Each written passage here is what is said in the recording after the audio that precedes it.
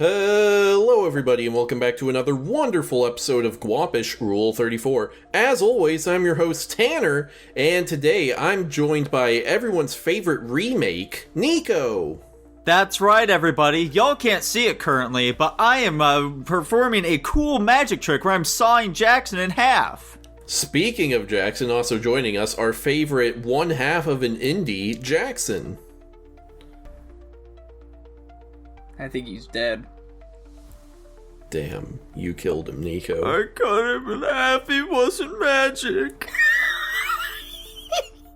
Jackson, unmute your fucking mic and say I hello. wasn't muted, the bit was for me to act like I was dead. God damn it, Tanner! You I'm ruined sorry, it! but the people need to hear his fucking voice or something, you know? They'll hear it eventually. And also joining us, everyone's favorite DLC, Dylan. Yeah, DLC, Dylan's laughable content. There we go. As you guys can probably tell, it's Game Awards time. Geoff Keighley has risen from the grave, peace be upon him, and bestowed upon us another slate of Game Awards and Game Awards nominees. More like Jeff Peely, because that's what I'm going to do with his skin for his terrible nominations. Jesus Christ, Jesus. Holy cow. We're not going to go through all the awards and blah, blah, blah. We'll just talk about shit that's interesting to us and everyone. As per usual, we will be doing our yearly Game Awards prediction competition. So keep an eye out for when we end up doing that, which will be whatever episode is right after the Game Awards. Anyway, one thing I did want to talk about, which I kind of alluded to the intro there, is... a big consternation that the folks on the internet are having is that the Elden Ring DLC, Shadow of the Erdtree, is a nominee for Game of the Year. So I'm wanting to ask you guys, do you think DLCs should be eligible for Game of the Year award? No. I also agree they shouldn't. That's pretty silly. Because it's just elect Elden Ring. They probably couldn't. Elden Ring got released last year, 2 years ago. Yeah. What was it? That's probably why. It They're was like, last year. That was why. That's literally why. So it's just. Did it win the year it was? Yes. Okay. Insane. It already got its flowers and it's a fucking DLC. Yeah. It's not even like a DLC that you can play like independently of the full game, like Undead Nightmare or whatever, you know? You have to play through, from what I hear, a significant chunk of Elden Ring to get access to this portion of the game. Mm-hmm. Yes, that's correct. It's a similar thing to another category that they have here. Best Fighting Game. Multiverses is in that category, despite also being nominated for Best Fighting Game like a couple of years ago or whatever. I think it won that year too. Why is it here again? I think the well's running Dude, that dry, was to be honest. early access or whatever the fuck.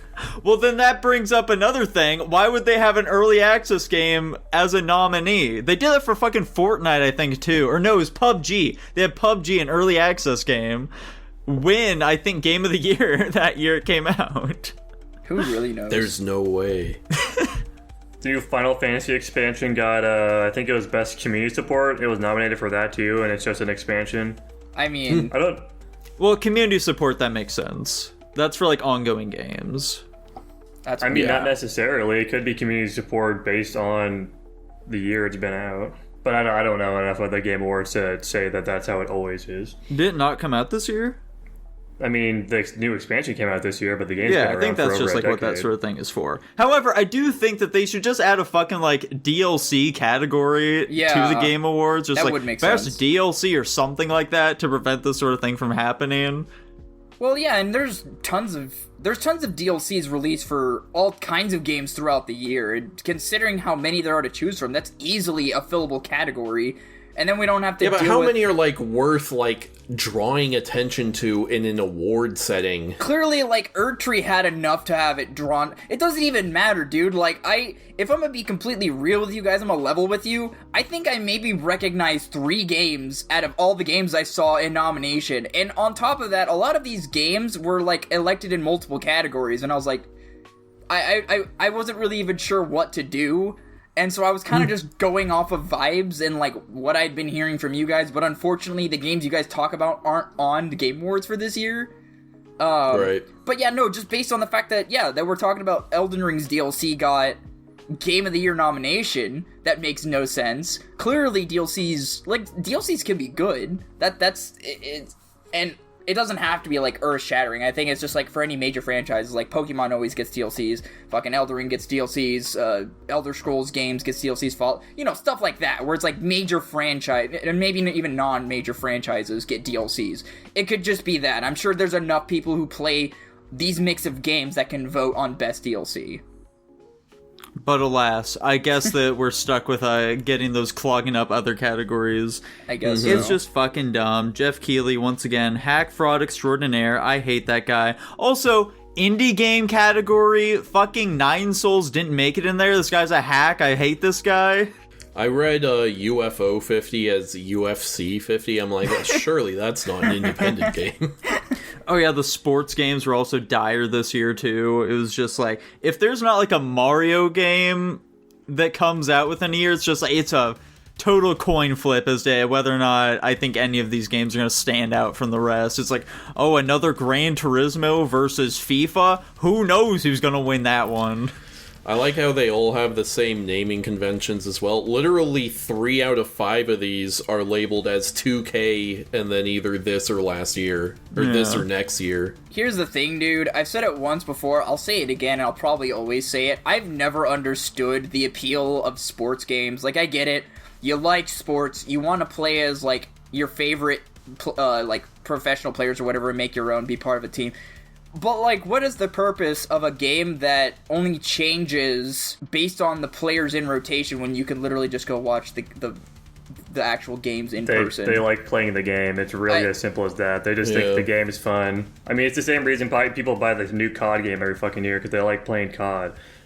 I mean, but COD isn't, like, reflective of, like, what's going on in our current professional sports climate. At least with COD, I'm just giving an example of a game that doesn't change a lot year by year, and people still buy it. I mean, that's true. Here's what you need to take into account, Dylan.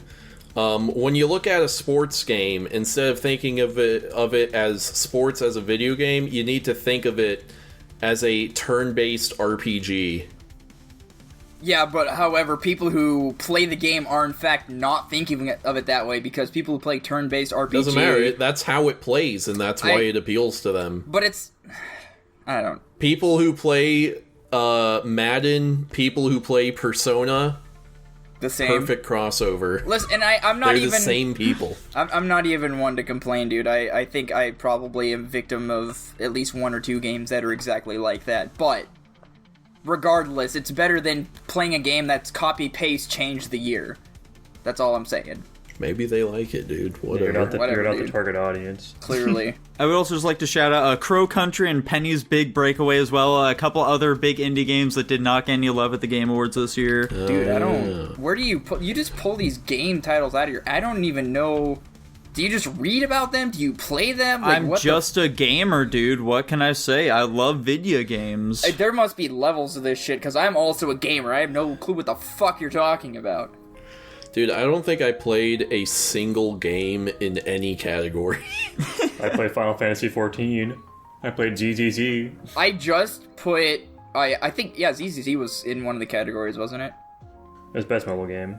Oh yeah, I think I voted for that then. Yeah, I literally, the whole COD thing, I've had people trying to get me to play for the longest time. I think I just installed it the other day. The issue is, in the bundle, it's like fucking 500 gigabytes of storage. I'm like, what the fuck are you trying to do to make me take all the storage space on my console for that shit? I'm like, oh, it's fine, you can download it in chunks. And I'm like, and then I look at it, it's like fucking... I don't like Call of Duty's fucking advertising strategy where they're like, buy this or download this game, but oh, you can also buy this multiplayer, or oh, you can buy this campaign.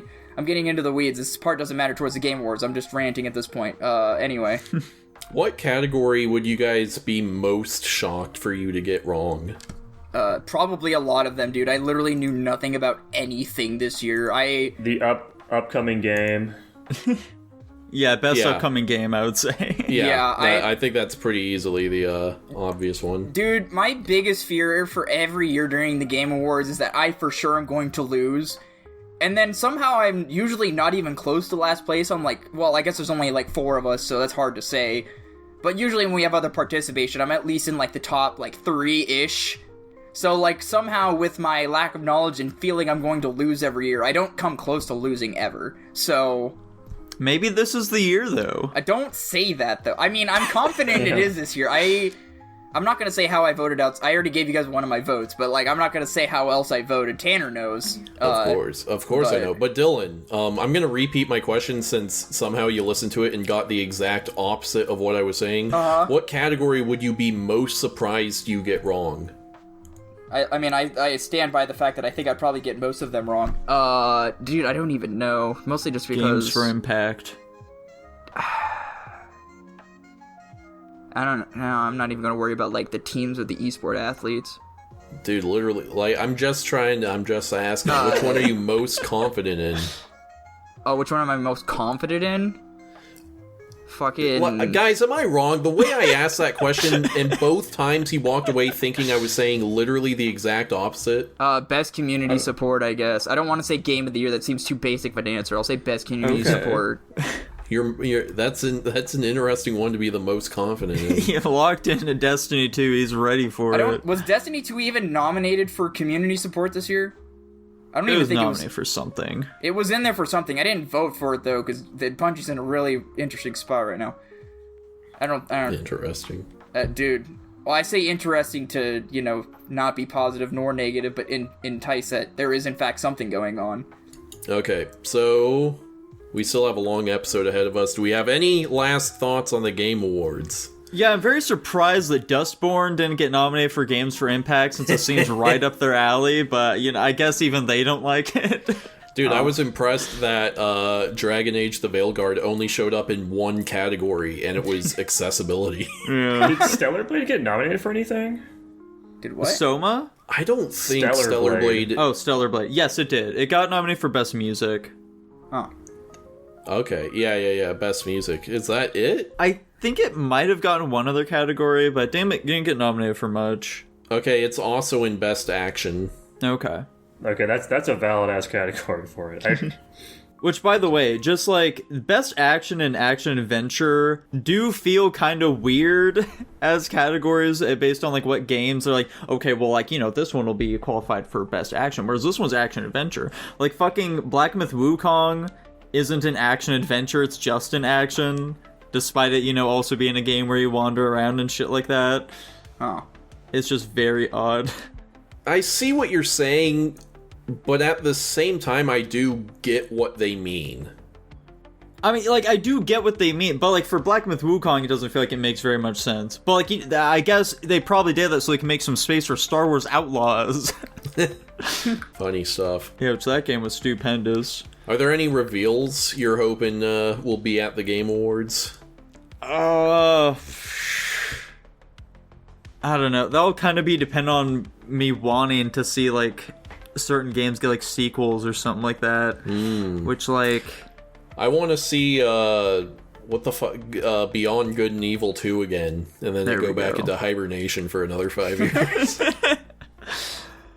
I don't know. Maybe if, like, FromSoft has something cool to show off, I doubt they will. Like, they just released Shadow of the Erdtree, so they probably won't have anything new coming out for a few years here. Very terrified at the prospect Sony might be owning them soon. That would be scary. Yeah. But, yeah, outside of that, there isn't... Can we get our first Metroid Prime 4 trailer, please? Oh, yeah. I forgot that has to be coming out soon, right? Yes, presumably. It finally has a subtitle. Yeah, Metroid Prime 4, it's finally coming, we promise this time, guys. It has to be happening. Yeah. Well, that's the Game Awards. On to the next thing. Oh, hang on. Real quick, though. Shout out to Geoff Keighley for finally trimming some of the fucking fat from the esports category. Oh, yeah. He doesn't have, like, 7 different things for it. He managed to cut it down to just 3 this time. Good job, Geoff. I'll give you some flowers for that one. Yeah, shout out to Jeff. Love that guy. I think we could even get rid of best esports game because it's just the same games every year. Yeah. For real. Cut it down to athlete and team and we'll stop belly aching about it. Yeah. Are there any other categories you just straight up eliminate? Game of the year. Voice actor. Yeah. I think community support is kind of a dumb one. A little bit. But people care about when their gaming companies are listening to them, which is, important to some people. Games for Impact could obviously go. Most anticipated game doesn't even make sense as an award. Yeah. Considering the game hasn't even come out yet. Oh, I will say, best performance, that's a fine category to include. However, why are you not including what character these actors played in the games? Yeah. Didn't they do that What before, is the though? deal with that? They did that before, right? I feel like I do remember them doing that before. Like but when we first I started don't know if doing they it. did. I think there's been a common complaint I've had every Game Awards. No, but I swear, when we first started doing Game Awards, they said the person's name and who they played, or, the multiple people they played as. I thought. I don't Maybe, think I don't know. so. It could just be our memory is filling that in because that seems like such an obvious thing you should do. I mean, Yeah. we probably have to go back and watch those episodes. I don't think there was screen record or whatever the fuck, but... What is this name, Humberly? It's Anyway, a name. is that all we got then? Yeah, I think that's good. Moving on to our next segment here, guys. Let's go!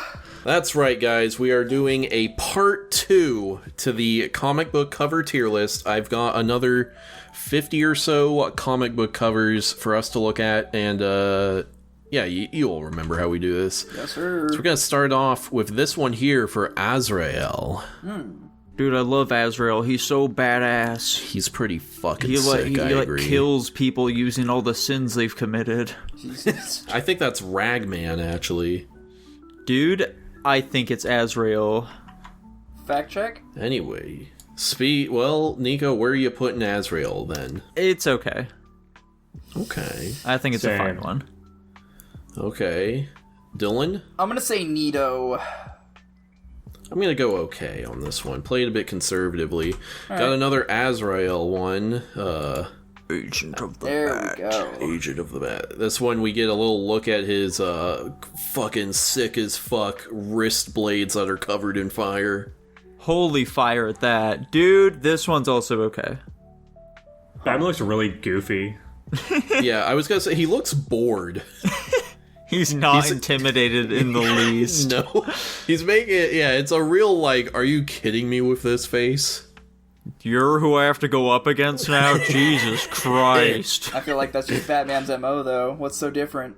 I feel like he's a bit more intense about it usually. I'll agree with okay on this one. I still Same. think it's Nito. Okay. One more Azrael. I just There went we crazy for go. this guy. This one's much better. I'm going Nito for it. Yeah, this one's pretty cool. I have no idea who the fuck this I was guy about is. to ask who that is. Huh. Like, is that Hugo Strange or something? Or I could see it being Hugo Strange, but I don't know. But yeah, he's holding him in black and white and then holding the candle, and Azrael is in the flame and he's in color. It's pretty sick, honestly. Yeah? I'll go Nito. Yeah, I'd agree. I think the composition and colors are a lot cooler on this one. It's much more interesting to look at piece. Man. I think this is pretty Nito. Radical. There we go. Alright, we got Bartman. Oh, hell yeah, dude. This is fucking sweet. Is he fighting the Thundercats? Like, that's what that logo looks like. It does just look like the Thundercats logo. I don't know. Huh. It's me, Thundercat. This is okay. Dude, I think this one's Nito. What are you talking about? Look at his expression. He looks like he's not even really looking at him. Like Bart, he's just angry at the sky or something. He looks bow-eyed, to be completely honest. I hate to sound like a broken record. Bow-eyed. Yeah, instead of, like, cross-eyed where your eyes go in, bow-eyed is where your eyes go out. I call that wall-eyed. Whatever, man. We all have our words for it. I hate to sound like a broken record, but I think this is Nito. I also think it's Nito. I'm just gonna go okay, but lands in Nito. Here we got a Batman one from the very famous A Death in the Family. Why is he on an alien world? I don't know. It's a great question. The fucking caption is so on the nose. Robin dies at dawn. Not that one. Fuck. I mean, like his thought bubble. He's dead. Robin is dead. He sacrificed himself for me on this alien world.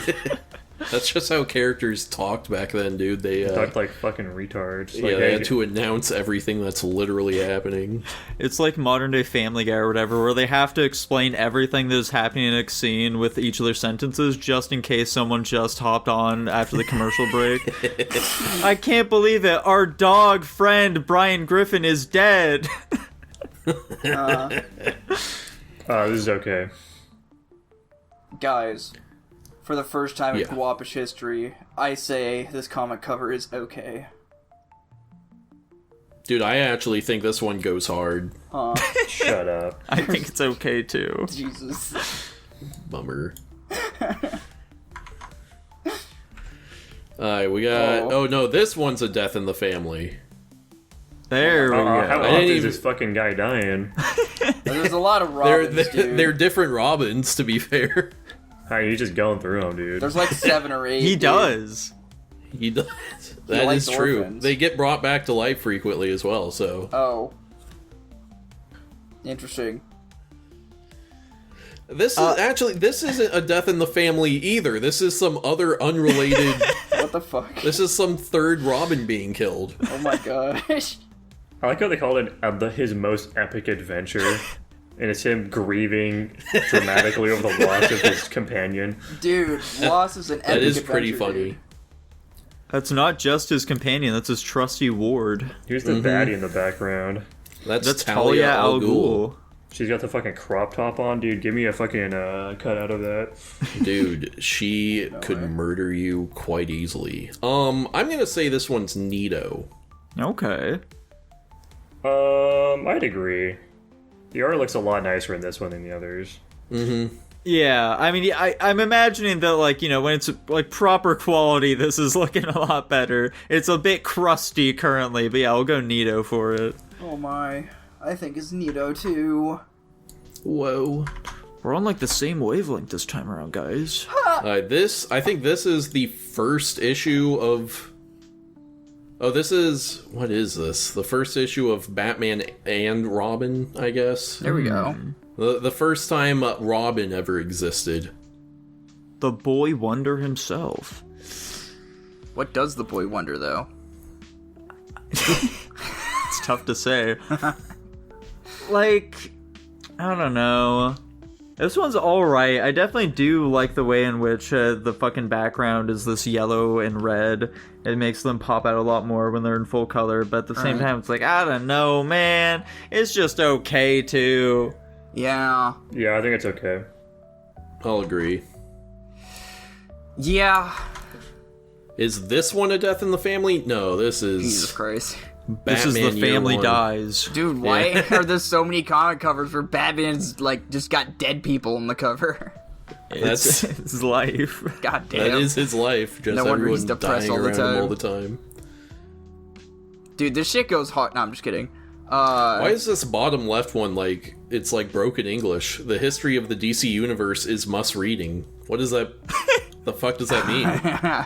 Must reading. Dude, if I specifically, spoke must. broken English, I'd be able to tell you, but I don't, so I can't. Bummer. I think this one's Nito. Yeah.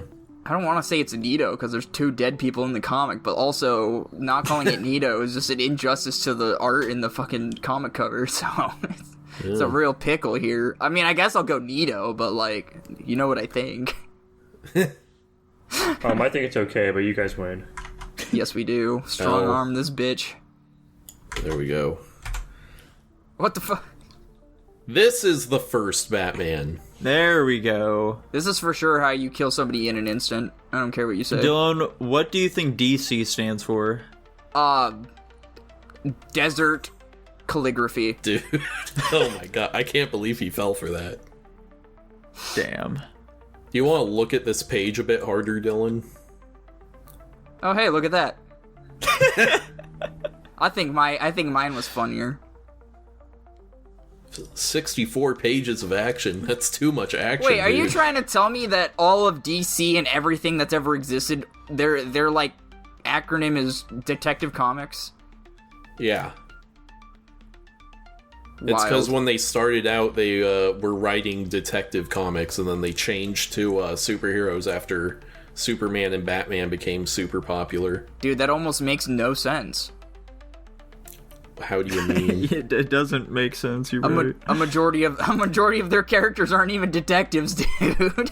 Well, yeah, not I'm saying anymore. they stopped writing detective comics because superheroes were more popular. Maybe that's why they go by DC. They don't want to live with the shame that people don't know they're called detective comics. Anyways, woof. I'm not gonna go that hard on it. I think it's just okay. I gotta say, man, like, apparently just the other tier list had all the good shit in it. What happened here? Tanner was so confident we'd love this shit too. We haven't even been through that many. I agree this one's okay. I say this is also just okay. Aye. Here we go. The iconic Batman The Dark Knight Returns. Holy shit. This is the one they based the movie off of. What is this goofy ass pose he's striking? Also, why does he look like a fucking bug? He does Dude, look like a bug. He does have bug wings, but he looks sick as fuck. Fuck you. Yeah, I think this Looks is like pretty he's sick. doing some like kung fu ass Yeah. landing Dude, pose. he's trained in every martial art that's ever existed in the world, dude. What do you mean? Mm-hmm. Yeah, that's what I thought, I'm bucko. I think this one's okay, personally. What the fuck? I'm going Nito. I think him being outlined by the bolt of lightning in the background looks fucking sick. Oh no. Nico. Dude, you go. What do you think it is? What? I think this shit goes hard. Whoa. Holy smokes. I like lightning. There's kidding no rhyme or I reason like behind lightning. it. Dude, I will stand out in the middle of a thunderstorm. That's the only time I'll voluntarily What stand the in the rain. fuck are you talking about? It's pretty self-explanatory, Tanner. I don't know why you need an explanation for that shit. Anyway, go on, Nico. Yeah, I think it's... do I think it's okay, or do I think it's neato? It's a silhouette, dude, in front of a lightning bolt. How much more this shit goes hard can you get? That's so true. I like that he's just doing a fucking power dunk. It's pretty sweet, but, like... I'll just go neato. Damn. Alright. Here we go. the fuck? I got us a Conan the Barbarian comic. As is true to my nature, I thought it was Conan because there's like a talk show or whatever called Conan. I forgot this was a DC character. It's Dude, not a valid. DC character. What are you talking about? It's It in that. very clearly says Marvel right there. Oh. As is Bro's true to my confused. character, I don't know anything. Anyway, The Coming of Conan. woof. Yeah, I'm with Dylan. This one's really fucking busy. That's 3 woofs, Tanner. You joining the dogs over here? I mean, you guys win, but I actually like this one quite a bit. It is busy, but I think it's doing a good job of communicating that this is like a chaotic big battle he's involved in. He's doing a good job communicating. This is some I mean, bullshit. it's woof, hard to tell what the woof. fuck's even going on because all the fuckers in the background blend in with each other. Well, look at how the fuck his body's contort. Like, what the fuck is going on in the forest scene Dude, here? Where like It's his the chaos of battle. Why is his face I'd, a different color than the rest of his body? I'd probably go this one is Nito for me, but we'll throw it in woof for you guys. Thanks. woof woof woof. Here's a Fantastic Four one. If This Be Doomsday. The fucking guy on the surfboard up there That's Silver Surfer. The Silver Surfer. was striking like a weird ass pose. He's the Silver Surfer, dude. He can do whatever the He's fuck he hanging 10, wants. dude. I like how Galactus is doing Andros style, only head and hands. Oh, yeah. Reed Richards kind of looks like Spock there. A little bit, I could see it. Yeah, I think the only reason is because you're reading the like white streak in his hair as an extension of his ear. Yeah. Oh yeah, that is the thing, isn't it? Huh? Yeah, the thing right there on the far right. No, I meant the Human Torch. Anyway, Anyway, dude, Woof. Galactus is so Really? powerful. He got 2 of the Master Hands from Smash Bros to do his bidding. That's crazy. There you go. I don't know. I think this is. I think Woof is really mean. I actually like this one. I'm gonna go Nito. I'm gonna I say think it's okay. I'm gonna also say it's okay. Okay. I don't think it's too bad. I'm sorry, dude. Old bad, new good. Here we got the very first The Flash comic. Woof. Him catching a bullet to save an innocent lass. Doesn't look like he's even catching. It looks like he just got shot in the fucking hand. Also, his form's terrible, dude. What the hell is his right arm doing? Yeah, doesn't he know you're supposed to like run with both your arms just like flying behind you? That's how He's like weebs like run, halfway there. dude. Dude, that's crazy. Anyways, guys I like remember the this Hawkman? portrait of this guy here that just says Cliff Cornwall. Y'all know Cliff Some dude. Cornwall? Love that guy. It's just some guy.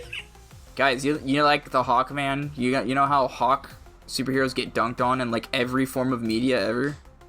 Except for Marvel is for real. some reason. For real though here, right? So this is just, I'm assuming, some normal dude that can run fast. Maybe he has like super strength in some way as well. But like if you got shot by a bullet and you're running that fast, will like the heat of you running be enough to like vaporize the bullet, or would it just go right fucking through you because you're still like a person? I mean, I guess according to the laws of physics, if you're going the same speed or faster than the bullet, you probably just redirect the momentum in the direction you're going. Yeah, I guess if you're going very fast, then at that point, you're just handling an object that is the weight of the bullet. Like, it'd be no different than if you just picked a bullet up off the ground. Mm-hmm. Science, bitch. So, I think anyway. he's chill. I think this one is... I'll say it's okay. This is a woof for me, dude. Woof. Yeah, I'm with Wolf. Dude, the guy shooting the gun looks so fucking goofy. He does look like if he were facing towards us, it'd be like a very offensive caricature. Why is he shooting some chick and looking at the fucking ground? What's with the guy on the right? What's he doing? He's surprised that his friend is shooting right now. He makes me think of like the noise that Hank Hill makes all the time. That's what the guy on the right's doing. Oh! Yeah, exactly. Here we got Green Lantern co-starring Green Arrow. Huh. Got Green Arrow destroying Green Lantern's battery. I forgot they like... Never again. Dude, do they... This is like totally not related. Do they need to carry a battery with them to use their powers? I thought it was just for Green Lantern. It just needed sheer willpower to power the rings. Willpower controls... is like how they control the ring and is also kind of related to the power, but it does need to be recharged, which they all have these little lanterns that they usually just keep at home. Dude, do I think that lantern holders are retarded? Dude, I used to hold lanterns when I was camping. That's totally unrelated, Jackson. Damn, that actually kind of kills it. I just thought that like ring holders were able to just conjure whatever the fuck if they had said attribute. Now, knowing that they need to carry a power source with them is kind of depressing. Yeah, he can run out, dude. He can run out of the juice, as they call it. Yeah, it's just an arbitrary way of adding some tension. Does that even make them super... I mean, I guess it makes them superheroes. It's... I mean, why wouldn't? unrelated. I don't know. I think this is pretty neato, though. I'll say Nita. I've been very harsh on these. Dude, I'm even willing to say this one goes hard. I'm on the cusp of saying that, to be honest. Let's not get fucking ridiculous here. Yeah, I'm just gonna go Nito for it too. I also like the intro to the title, which is Stop! This is the new Green Lantern co-starring Green Arrow. This time Dude, around, Green Arrow's a dickhead. They're not even like fighting or anything. He's just destroying this for no fucking reason. Well, I was gonna say, who's it? Like, one of them has to be like the quote-unquote antagonist in this issue. I'm trying to sit here figure out what the fuck's going on. I don't know. Maybe Green Lantern did something wrong. I like also on Green Arrow they have the W ending in arrow. It's very cute. It's very aesthetic. That one's going in Nito. And then the one we There got to we see go. Oh, last there year he where is. they discover Speedy is doing Speed? fucking heroin, it looks like. Wait, they don't have him doing speed? What a missed opportunity. Womp womp. I mean, I think that this one goes hard, dude. I do have to ask, though, is the only reason that they paired these two superheroes together because they have green in their names? Probably. I think that is probably all it is. Yeah, what else would they have in common, to be completely honest? I don't know. I was curious. Because, yeah, I don't think they even have the same city in common, because I'm pretty sure Green Lantern is usually from Keystone City, and then Green Arrow is usually, like, from Seattle. Well, and say you got Speedy here in, like, red and yellow. That don't make any fucking sense. Whatever Anyway. that means. It means he's not the same color as them, therefore it makes no sense. I don't know. I think this one's neato. I'll say neato. I don't care much for, secondary agendas, Drugs. but... Well, that, I think that it's funny as also, fuck. There's just some dude doing this on the front cover. I'm saying this goes hard. Right? There you go. Our first goes hard, dude. There we go. How appropriate. Oh. We got a Harley Quinn. There we go. Now we're getting into the good shit. This is... I mean... Damn. We've been throwing around Nito an awful lot here, but I think I'm gonna need to check my libido real quick. Yeah, Whoa. I fuck with the shading on this one. Yeah. Very painterly. Yeah. Dude, the Joker looks so fucking menacing in this comic cover, dude. He looks like he's about to do a bad deed. She looks like Royal Pain from Sky High. Yeah. Yeah? Or no, not Royal Pain, that fucking Jester guy. Yeah. I mean, it checks out. They both wear Jester costumes. True. Yeah, I really like this one. Great use of color. Where Yeah, it's like how mostly it looks the like black it's and almost white. iridescent, you know? Yeah. I'll say Nito. Huh. I don't know, I'll dude. bump it up to goes hard. I think this shit goes hard. Yeah, I'm gonna say that too. Fantastic. Me, Nico, and Right, Jackson that's are on one we've seen so far, I believe. Oh. We've got another World War Hulk one. Here's Hulk fighting Spider-Man, She-Hulk, Reed Richards, Susan, whatever the fuck her name is, The Thing, Luke Cage, It looks like the Black and Panther? Samson, Doc Samson. What? Black Panther? Is that... I'm trying to see Where? on his left shoulder. Oh, yeah. The one I clinging to totally him. missed him. Huh. As they normally do, they always forget the blacks. Who the... well, holy shit. Who the fuck is he holding in his left fist? That's Doc Samson. Who the hell is that? He's Doc a Samson. superhero therapist who also has superpowers. That's kind of silly. I think the Human Torch is here too, but that's not important. Venom Spider. Dude, this That's is a fucking mess. I don't know. I kind of dig it. I think this shit goes hard. You might put in okay. I'm also Holy saying shit. okay. Damn. I'm also gonna go goes hard. I think this is great. Oh, he's fucking fighting. He's getting fucked up. I like he's got these gross ass wounds on him and all this shit all over him. I think it's pretty sick. So that's gonna balance out to there. There we go. I got a G.I. Joe one. Oh my What the gosh. fuck is his face? He likes... Dude. He's elated. It's funny you should mention that. I am not kidding when I say he is making that face on every single fucking cover. Oh, that's disgusting. He is just overjoyed about being in World War II for some reason. Dude, is he flamethrowing a tank? What the fuck am I looking Yeah. at here? I The guess. stupid What is he- G.I. Joe text is really funny too, because it really just like what the fuck, or what are we supposed to think about this? Wartime know. propaganda, dude. America's most popular war comics. That would Dog, this shit goes check hard. out. I'm a big fan. I it's think okay. I think if I completely ignore like his face and the underlying problems here, I'd say Nito, I guess. Why is that? Wait, I'm is gonna that? go woof, to be honest. Why is there a flower coming out of his helmet? At some point in the comic, I looked through all the comic covers in sequence. At some point, there's like a picture of him receiving flowers from like a young girl. Huh. And then he has them in his helmet for the rest of the series. So Cool, I guess. I think that balances out to about there. Maybe I haven't been paying attention.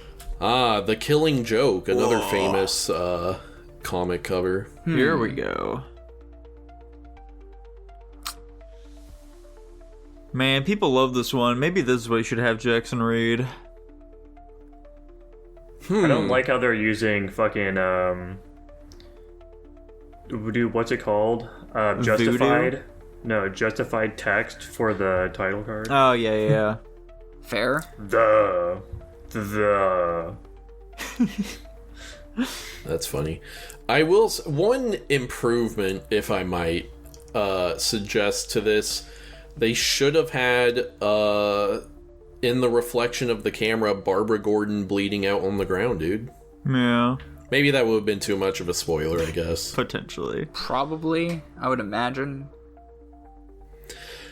See, the thing is with that, Nico, is like, again, this is a thing where, like, I don't think he's just gonna be reading this and constantly being like, who the fuck are these people? True. But dude, it ends with Joker and Batman laughing. Isn't that fun?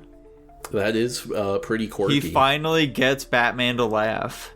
And then Batman beats the shit out of him or whatever. I'll go Nito. Yeah. I can appreciate the art behind this. I want to say it goes hard, there's just not enough here going for it, so I'll also say Nito.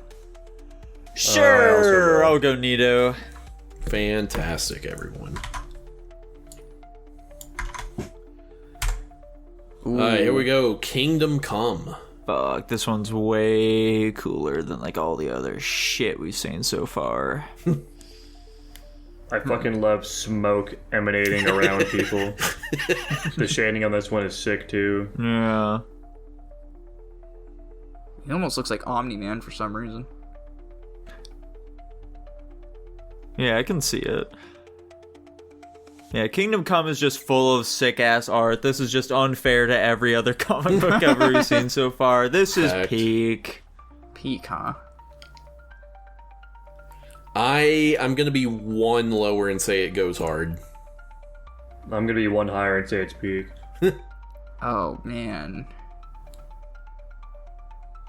I'm not liking the way that this tier list is going so far, so I kind of want to just put it in peak, thinking this will probably be the only one.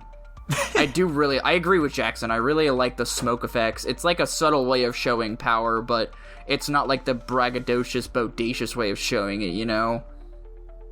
Oh yeah, it's like power as a curse. Yeah. I didn't view it that way, but that's a good point. Fuck it, put it in peak. Okay. I will say I could maybe get Jackson to read Kingdom Come and it wouldn't be too confusing. I'd maybe just I have that DC characters encyclopedia now. I could probably just say, okay, hey, here's the characters that are going to be in this, and here's like a basic overview of their deal, you know? That's pretty cool. Yeah. Here's a Green Lantern one. This is the first Green Lantern. Holy shit! Does he have to blast that because it's yellow and will take away his powers? Holy shit! I don't know if that was a thing from the very beginning. Damn. What's the what? His weakness is yellow. Interesting. It used to be yellow. It's not that anymore. Now it's Like wood. Yellow light. I don't. No, just like the color yellow. He for whatever his power used to be, he could not affect things that were yellow. Oh, interesting. I don't know. It's okay. Yeah, it's okay. Yeah, I think it's okay too. It's not the worst first issue I've ever seen. It's not the best. For sure. Here we got another Green Lantern. Tales of the Green Lantern Corpse. Dude, Corpse? what the fuck is his build? I was gonna say, Holy. what the fuck is the thing to the left of him 2 times, next to the fish The little man? eye cyclops thing. Yeah, it's got an a alien. fucking 18 pack. What the fuck is that thing? Ripped is what it is, dude. Oh my Lanterns God. are required to have abs. I don't know what to tell you. It doesn't matter what species they are. Oh yeah, I'm looking at that now. All these fuckers have abs. What the? I like the little cricket guy. Yeah, he's quirky. I don't know. This shit's okay too. Yeah, it's okay, I guess. I'm so It's confused what his bizarre. build is. Is it just the angle? It's so weird. It very is very rectangular. weird. Yeah, I'll say okay. Bro's got a wider thigh gap than the chick to his left. Dude, that's Ceranic. She's the daughter of Sinestro. Damn, that's... You think they would have seen Sinestro betraying them, considering the fact his name is Sinestro? I guess so, dude. I'm gonna say I don't think Nito, anyone but- else has ever made that point before. It's pretty good. It's That's so like, obvious. if some guy's name was like Destroya, and they're like, hey, this is our friend Destroya. And I'm like, There's wow. a Destroyer. His in the name sounds Godzilla kind of universe. evil, to be honest. And here's another Green What Lantern. the- This is when he is possessed by Parallax, the demon of fear, and he starts killing Green Lanterns and stealing their power rings. Does having more rings actually do anything? Maybe. Huh. It makes him look blinged out. Look like Yeah. they don't fit. Well, that's the thing. The rings are like they custom fit whatever species they belong to, so that's actually a good attention to detail. Huh. Honestly, I think this one goes hard. I think it goes hard too. I think it's I think it's Nito. Nito. Fantastic. Glad we're all on the same wavelength here. What the fuck? Here's a this is the Legionnaires or whatever. Dude, this isn't DC, this is AC. Whoa. But also it's DC. Holy shit, it's ACDC.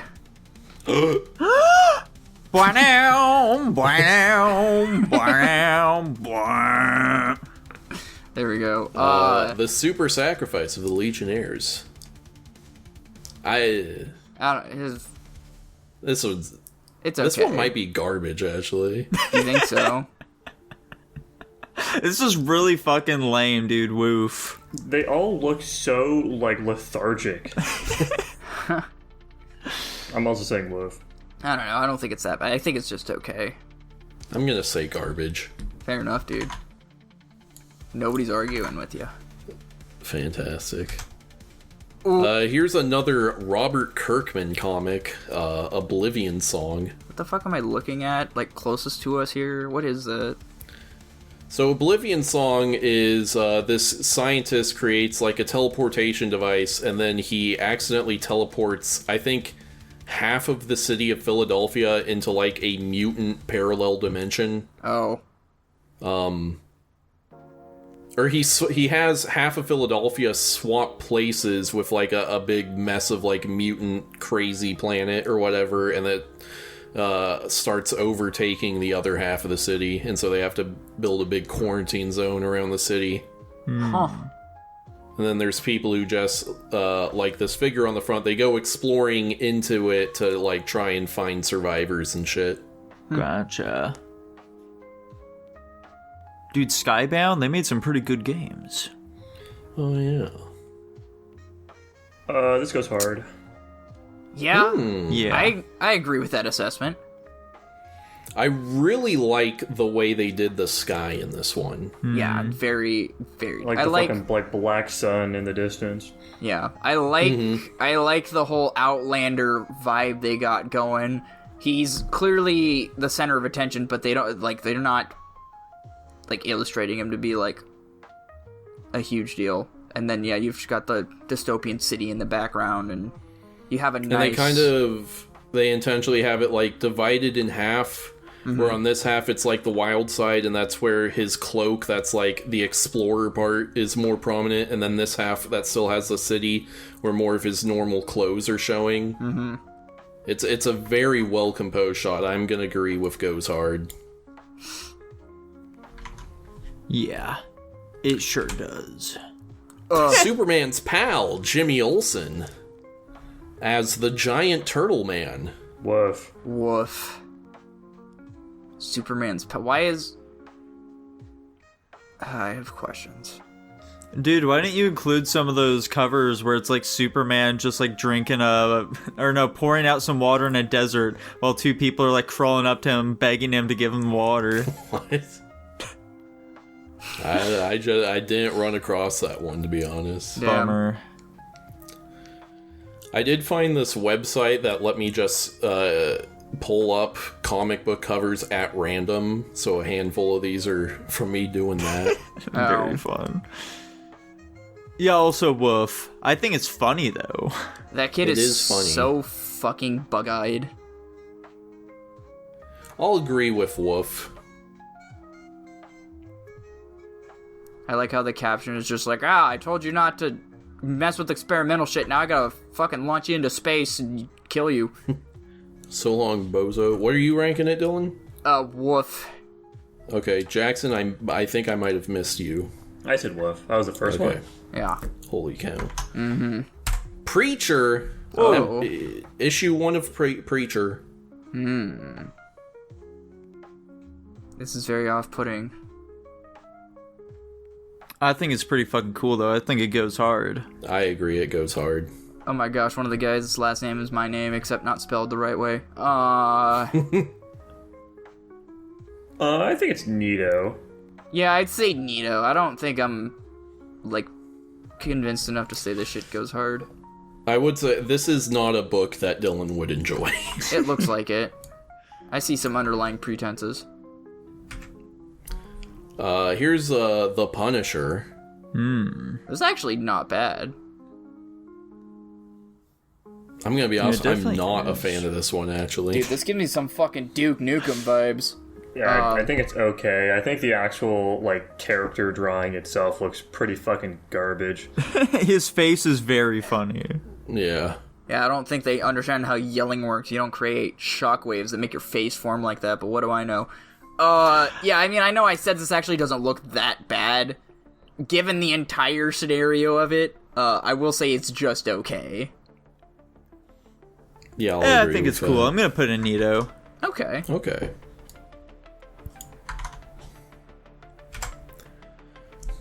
Here's an iconic Spider-Man one. He's so sad. He's gonna die. Damn. That's why it's called the final chapter. Surely he dies here. There's not a whole lot going on here. I can appreciate the art, but, like, it's just kind of whatever. I don't know. It's okay. It's not bad, but it's not great. I'm gonna say neato, I guess. Yeah. It's a more powerful moment in, like, the actual comic, but I'm sure. I'm probably just at okay. Nico, I don't know if I heard you. Dude, I think it's okay. Okay. Here's one of the random ones I got from a Star Wars comic. Oh, dude, I fucking hate those creatures. They're annoying and scary. I think they look funny. They are pretty funny. They're fucking weirdos, though. Holy shit. Yeah. Are those Dude. groipers? Yeah, they what? I think they might be. Stormtroopers versus Groipers. They definitely look like they're giving him the goy slop right now. What the fuck? What? Everyone knows that standard issue regulation Stormtrooper Chow is Zog Chow. Yeah. I am so lost in the conversation right now.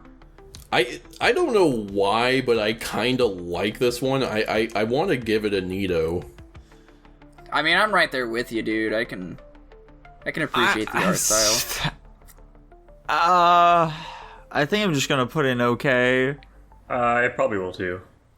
Alrighty.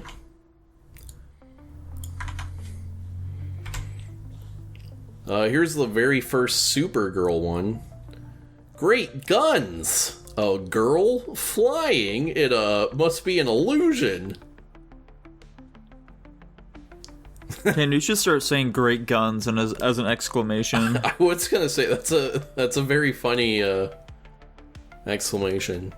And we go back It's to very interesting how often it's the case that, like, multiple iconic characters all get introduced at the same time. Like, Metallo and Supergirl are introduced in this first episode. Or first issue. totally random tangent. I find it strange that Superman and Supergirl never hooked up, you know? It just They're makes cousins. sense. Oh, damn, never mind. It makes sense now. I disagree. Also, she's like 16, so you got a lot of She looks answers. like a fucking 30-year-old woman in this. Yeah. I think this one is okay. Yeah, this one's okay. Yeah, it's okay. Yeah, I'll agree. I also want to point out, Superman showed up to Earth in a crystal. She showed up in a rocket. Something's wrong here. Superman also showed up in a rocket. What the fuck are you talking about? That's not what I'm remembering from the first Superman movie, dude. Yeah, well, you know, it was a rocket made out of crystals. Also, where the fuck did she come from? Their planet got destroyed. She also came from Krypton. It just took her longer. That sounds stupid. Her origin story is very silly. I will agree. There we go. Here we got a Superman. Yeah. That's just like the OG Captain America's shield behind him. Yeah. Yeah, pretty This much. looks like the kind of thing that you would get tattooed on yourself, Tanner. Just do a full back spread of this. Yeah.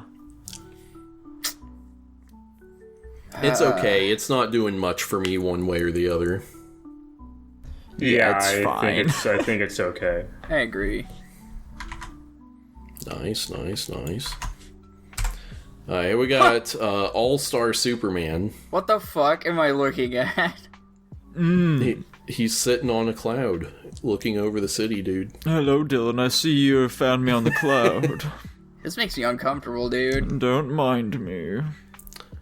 I might choose this one for one of the books I'm gonna make Jackson read, because All-Star Superman is great. What do you think he's up to up there? He's pondering, dude. He's not pondering anything. He's looking seductively into the reader's eyes. Is he sitting on top of a cloud right now? Yes. Yeah. Dude, his face is so fucking silly. He has those come hither eyes, dude. Yeah, why is he looking at me like that? And is like there's some alien in the distance he's trying to seduce? He's trying to seduce us. I'm gonna say neato. I do think the composition of this one is interesting. I'm gonna look past his face being strange. I like the logo on this one. The Lego is cool. I'm saying it goes hard. I like everything about this except his face. I'll join Jax with Nito, I suppose. I can appreciate I'm also at Nito. The art style of the city. The Man of Steel, the legend begins. Man, you really want to include all these Superman ones, eh? These are all... Well, that's because every single one of them fucking shit the bed last time, remember? Yeah, but why'd you include so many to begin with? I just love Superman, You really like Superman, dude. He's Golly. my favorite. It's okay. I think this I one's agree. Nito. Yeah, I was gonna say I this agree with one. Nico. This one speaks. I mean, as simple as it speaks volumes. I'd say it's also Nito. Radical. The Death of Superman. Here we go. Dude, this one goes hard. Fun fact, this is the only Superman comic I've ever read. That's crazy. It was just in our library in middle school for some reason. Only this one, no other Superman comic, and so I just gave it a little read. How go. enjoyable was that, given the lack of context? Dude, I saw Doomsday in his OG green outfit. It was very fun. I was very confused when he turned out to be a big old monster. Oh, I was about to say, isn't Doomsday like the fucking kryptonite monster or whatever? He's not made out of kryptonite. He's just from an extremely harsh planet that is hard to survive. I think he was maybe retconned into being Kryptonian in some way recently, but Never anyway. mind. It's I know the backstory. I'm not going to get into it. This shit is peak, honestly. Yeah? That just, you know, the death of Superman, the cape being suspended from the thing in the rubble, and, like, the people clearly in mourning here in the background. I think it's just fucking outstanding. I'm going peak. Yeah, you've got Joker back there. You got Lois Lane. I think it's Nito, I guess. I'll go. This shit goes hard. Fantastic. There we go. Here we got Crisis on Infinite Earths, when Supergirl has been moited. You can definitely see the sadness in him. He is fucking screaming right now. Yeah. Oh no, my hot cousin, I don't. who I've never fucked. All right. Well, you guys wanted to fucking point your fingers at me. All right. That's the joke. You're the joke. I just realized that this purple shit in the background isn't just like coloring its characters. Well, yeah. I think it's neato. Dude, I'm gonna say it goes hard. I'm done being reserved. I'm letting loose the training weights here. I'm going for all these ones to be peak. Neato. Damn. I'll say Nito. Okay, I do like the sun like outlining him back here, Yeah. and the fact that it's like pink instead of yellow, I think is pretty cool. And I think this might be our last Superman one, And it's the first Superman one. exactly, which obviously it's one of the most iconic comic book covers ever because it's the very first superhero comic book.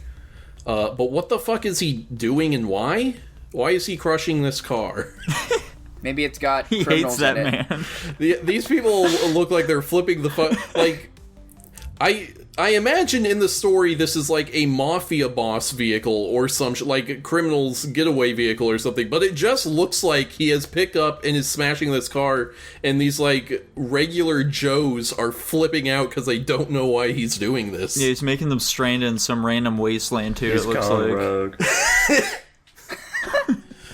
Superman did used to be just kind of an asshole who would do shit for no reason. Right? Oh, 1938, by the way. damn.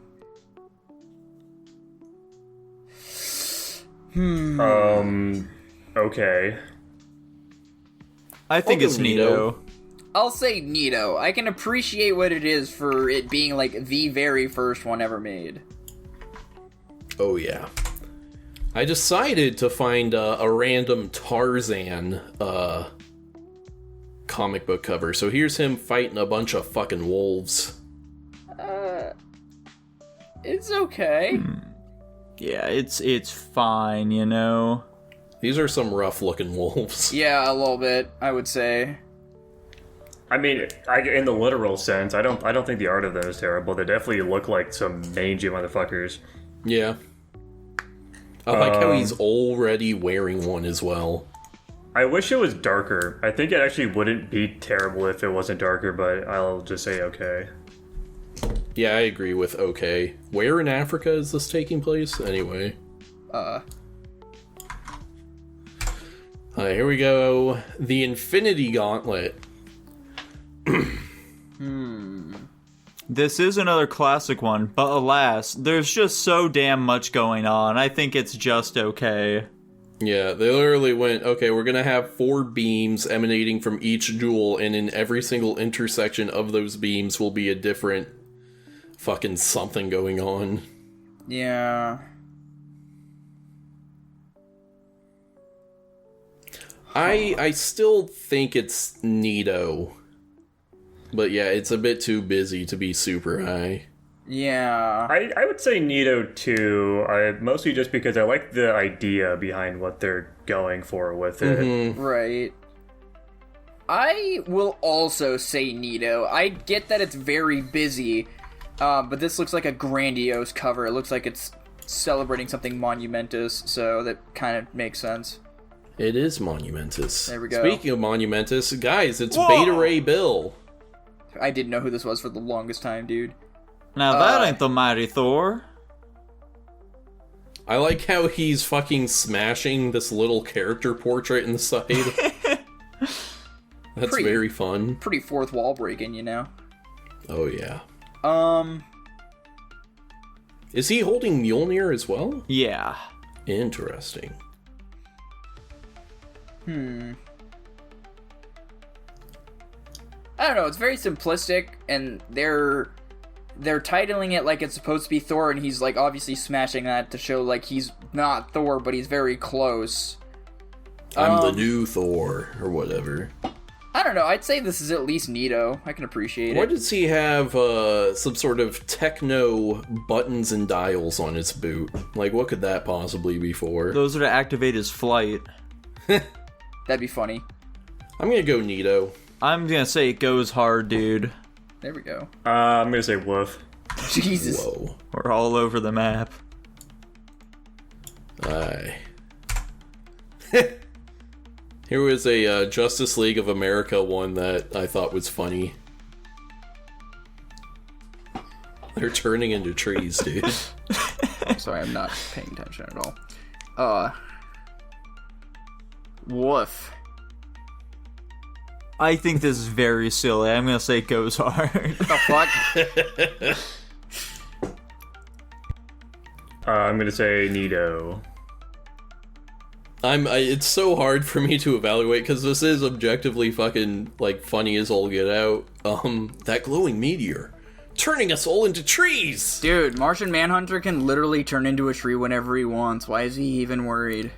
Dude, Because now now it's it's against his will. That's not true. Jinx, you owe me a soda. I'll go.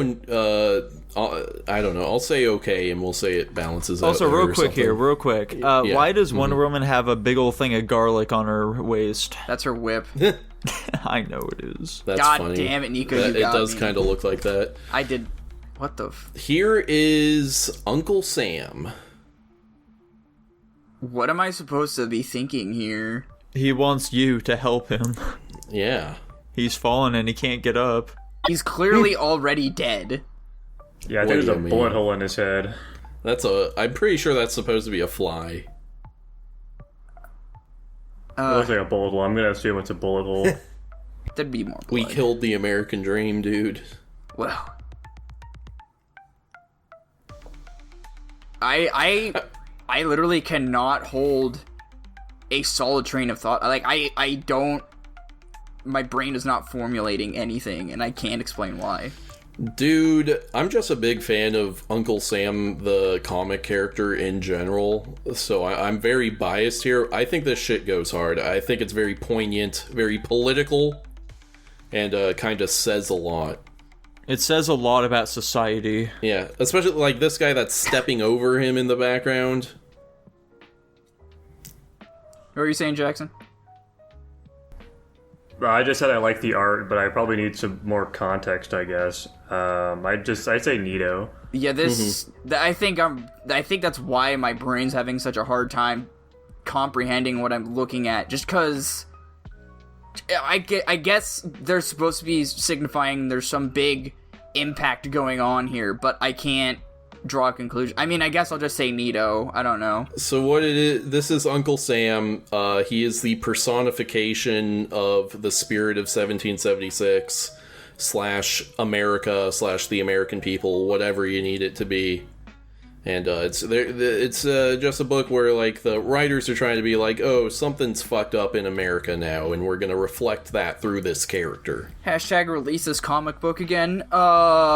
They did. That's why I chose it. There we go. I don't know, maybe this shit goes hard. I can see it. Nico, remind me where you were. Dude, this one's peak. Holy cow. We'll put it there. Here we go. The original Watchmen cover. That doesn't look like blood. That just looks like fucking jam or something. I agree. It looks feel like like- cum. This was a... You need to go see a doctor. What? Why? Nothing. Don't worry about it. It's also like very clearly a different color than this blood splatter on the button, which doesn't help its case. This was a Yeah. scene from the movie, wasn't it? Yeah. I cannot remember what part of the movie it was. The very beginning. That's probably why I can't remember. All that hanging dong made me forget. It hypnotized him. No. I don't know, this is okay. Yeah, I think it's okay. Dude, this shit is peak. The fuck? Nico's really vying to get more things in peak, I don't get it. Jackson? I'm gonna say woof. Whoa. Why? What? Nico, Huh? or Jackson is trying to objectively undermine Nico's efforts. Here's No, a dude. random one I got. White Death. Now this definitely says a lot about current day society. I'm gonna ignore you said that. As basic as this is, and, you know, the fact that the art is only taking up, like, a box of the entire page, and you just got basic-ass font, I really like this a lot. I don't think it's It's like a cover to but a novel and not a fucking comic. Yeah. Yeah, I can kind of see that. I still think this shit goes hard, though. Like, I don't know why. This is pretty fucking good. I think this is peak, even. I'm almost... You know what? Fuck it. I'll say peak, too. Dude, fuck it. I'll say Nito. I'd also say Nito. Fuck. Damn. Yeah, White Death, for those of you who don't know, was the nickname for, Snow? a Cocaine? Finnish sniper. What? Nothing? During World War II. He has the most confirmed kills of any soldier. It was Holy actually my smokes. nickname in high school as well. Yeah. Because everyone thought he was going to be a school shooter. Oh. Charlie Adlard was one of the...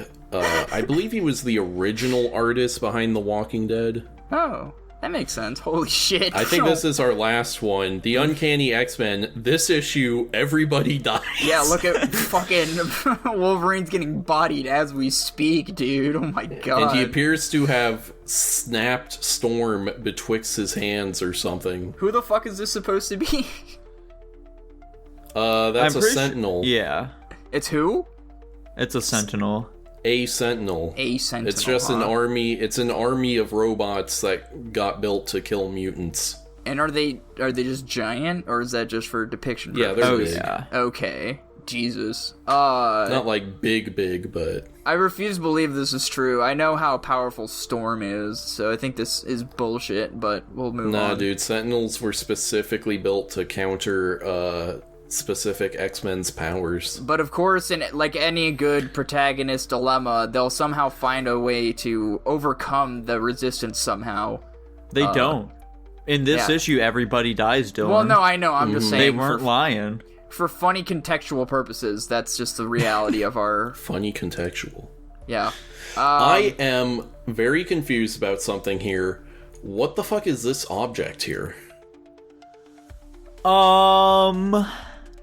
A wooden stake, a wooden post. Why, where, how?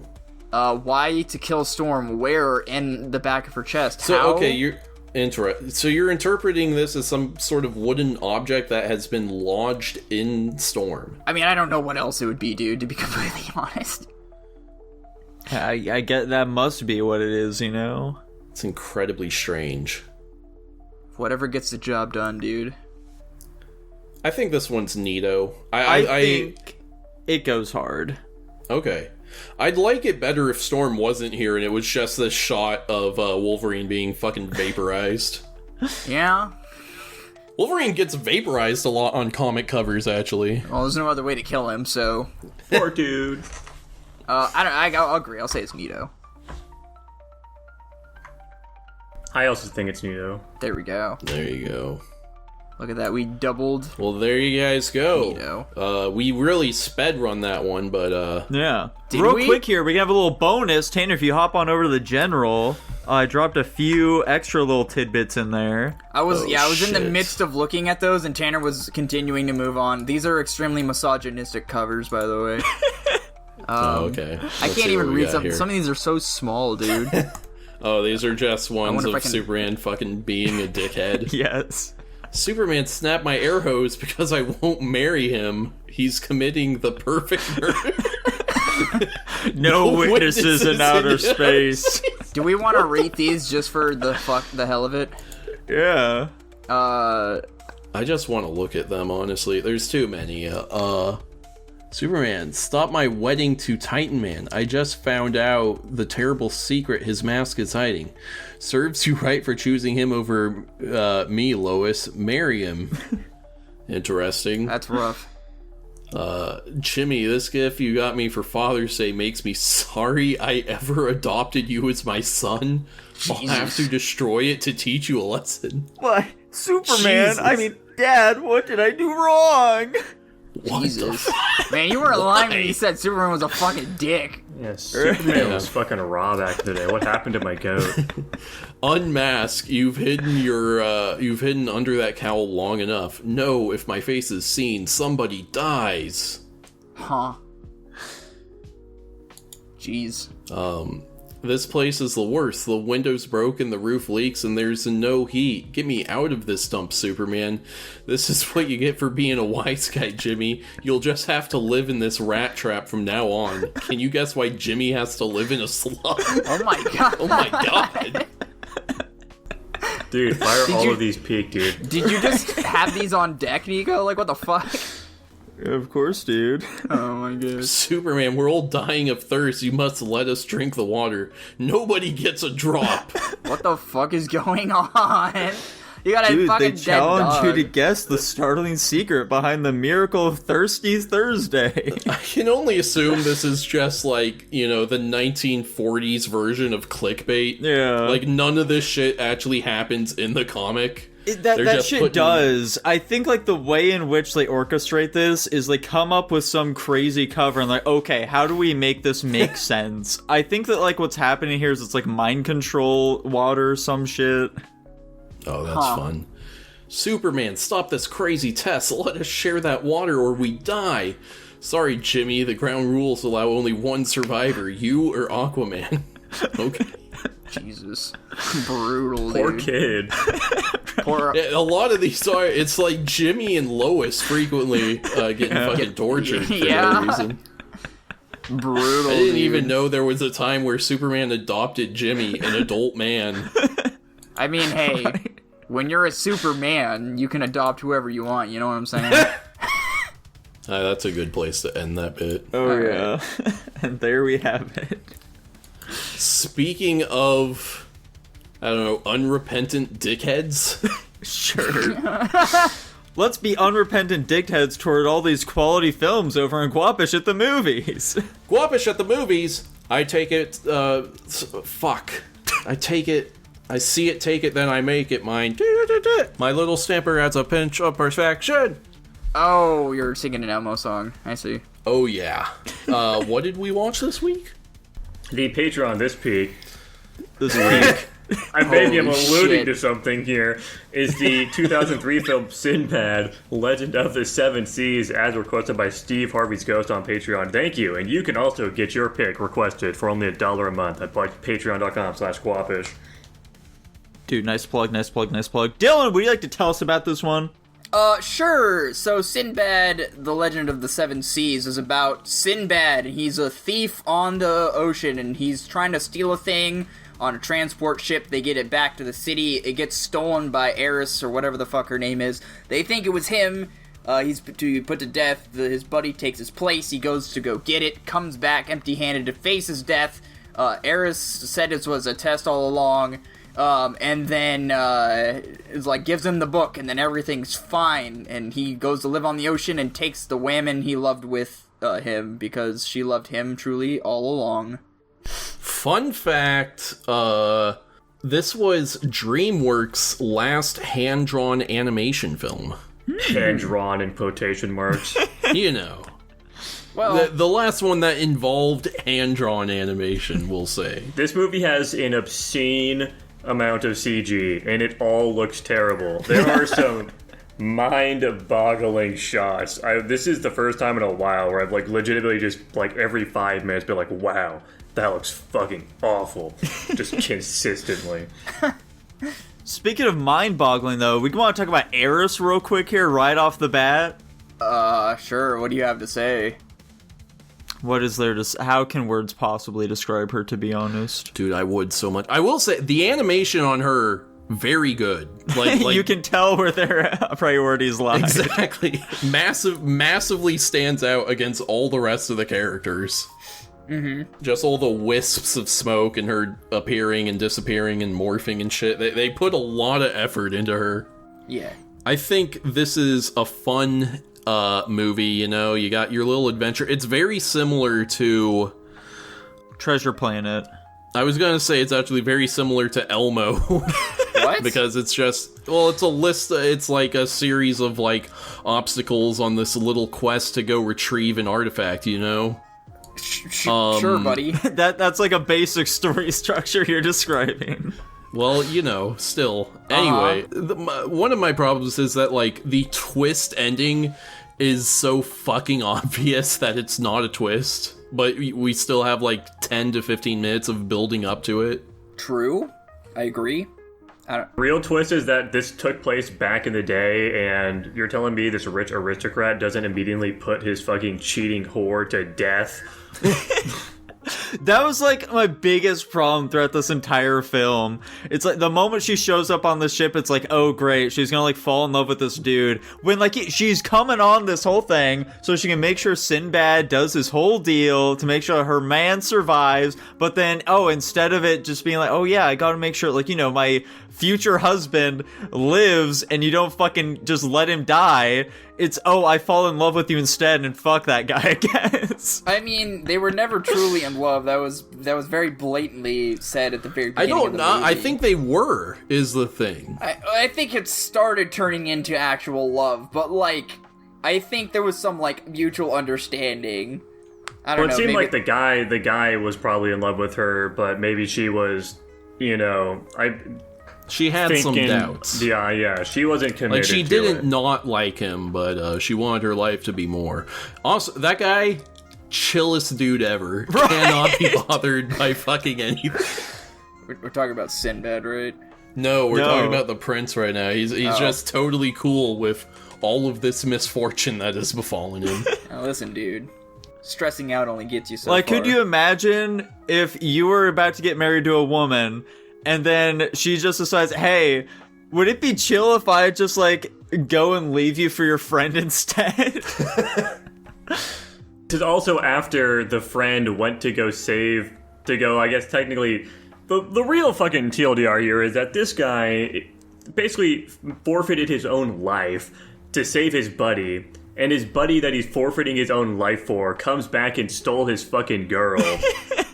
And he's just hunky-dory with this. He's like, it all makes sense, brother. Whatever's chill with you, chill with me.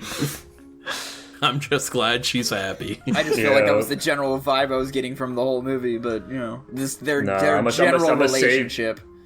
I'm gonna sacrifice my life so that this guy can steal my wife. Right. I mean, he knows, like, it was, like, said after the fact, like, he knew that he was into her when she, like, showed up initially. Well, yeah, post-hoc rationalization isn't good enough, though. It's good enough for me, I guess. I don't know. That's the problem here. Also, fucking, let them kill people. Why are we they're pirates! People are Why dying. are they knocking people out? They're using their swords to, like, do juggling tricks and then they kick them.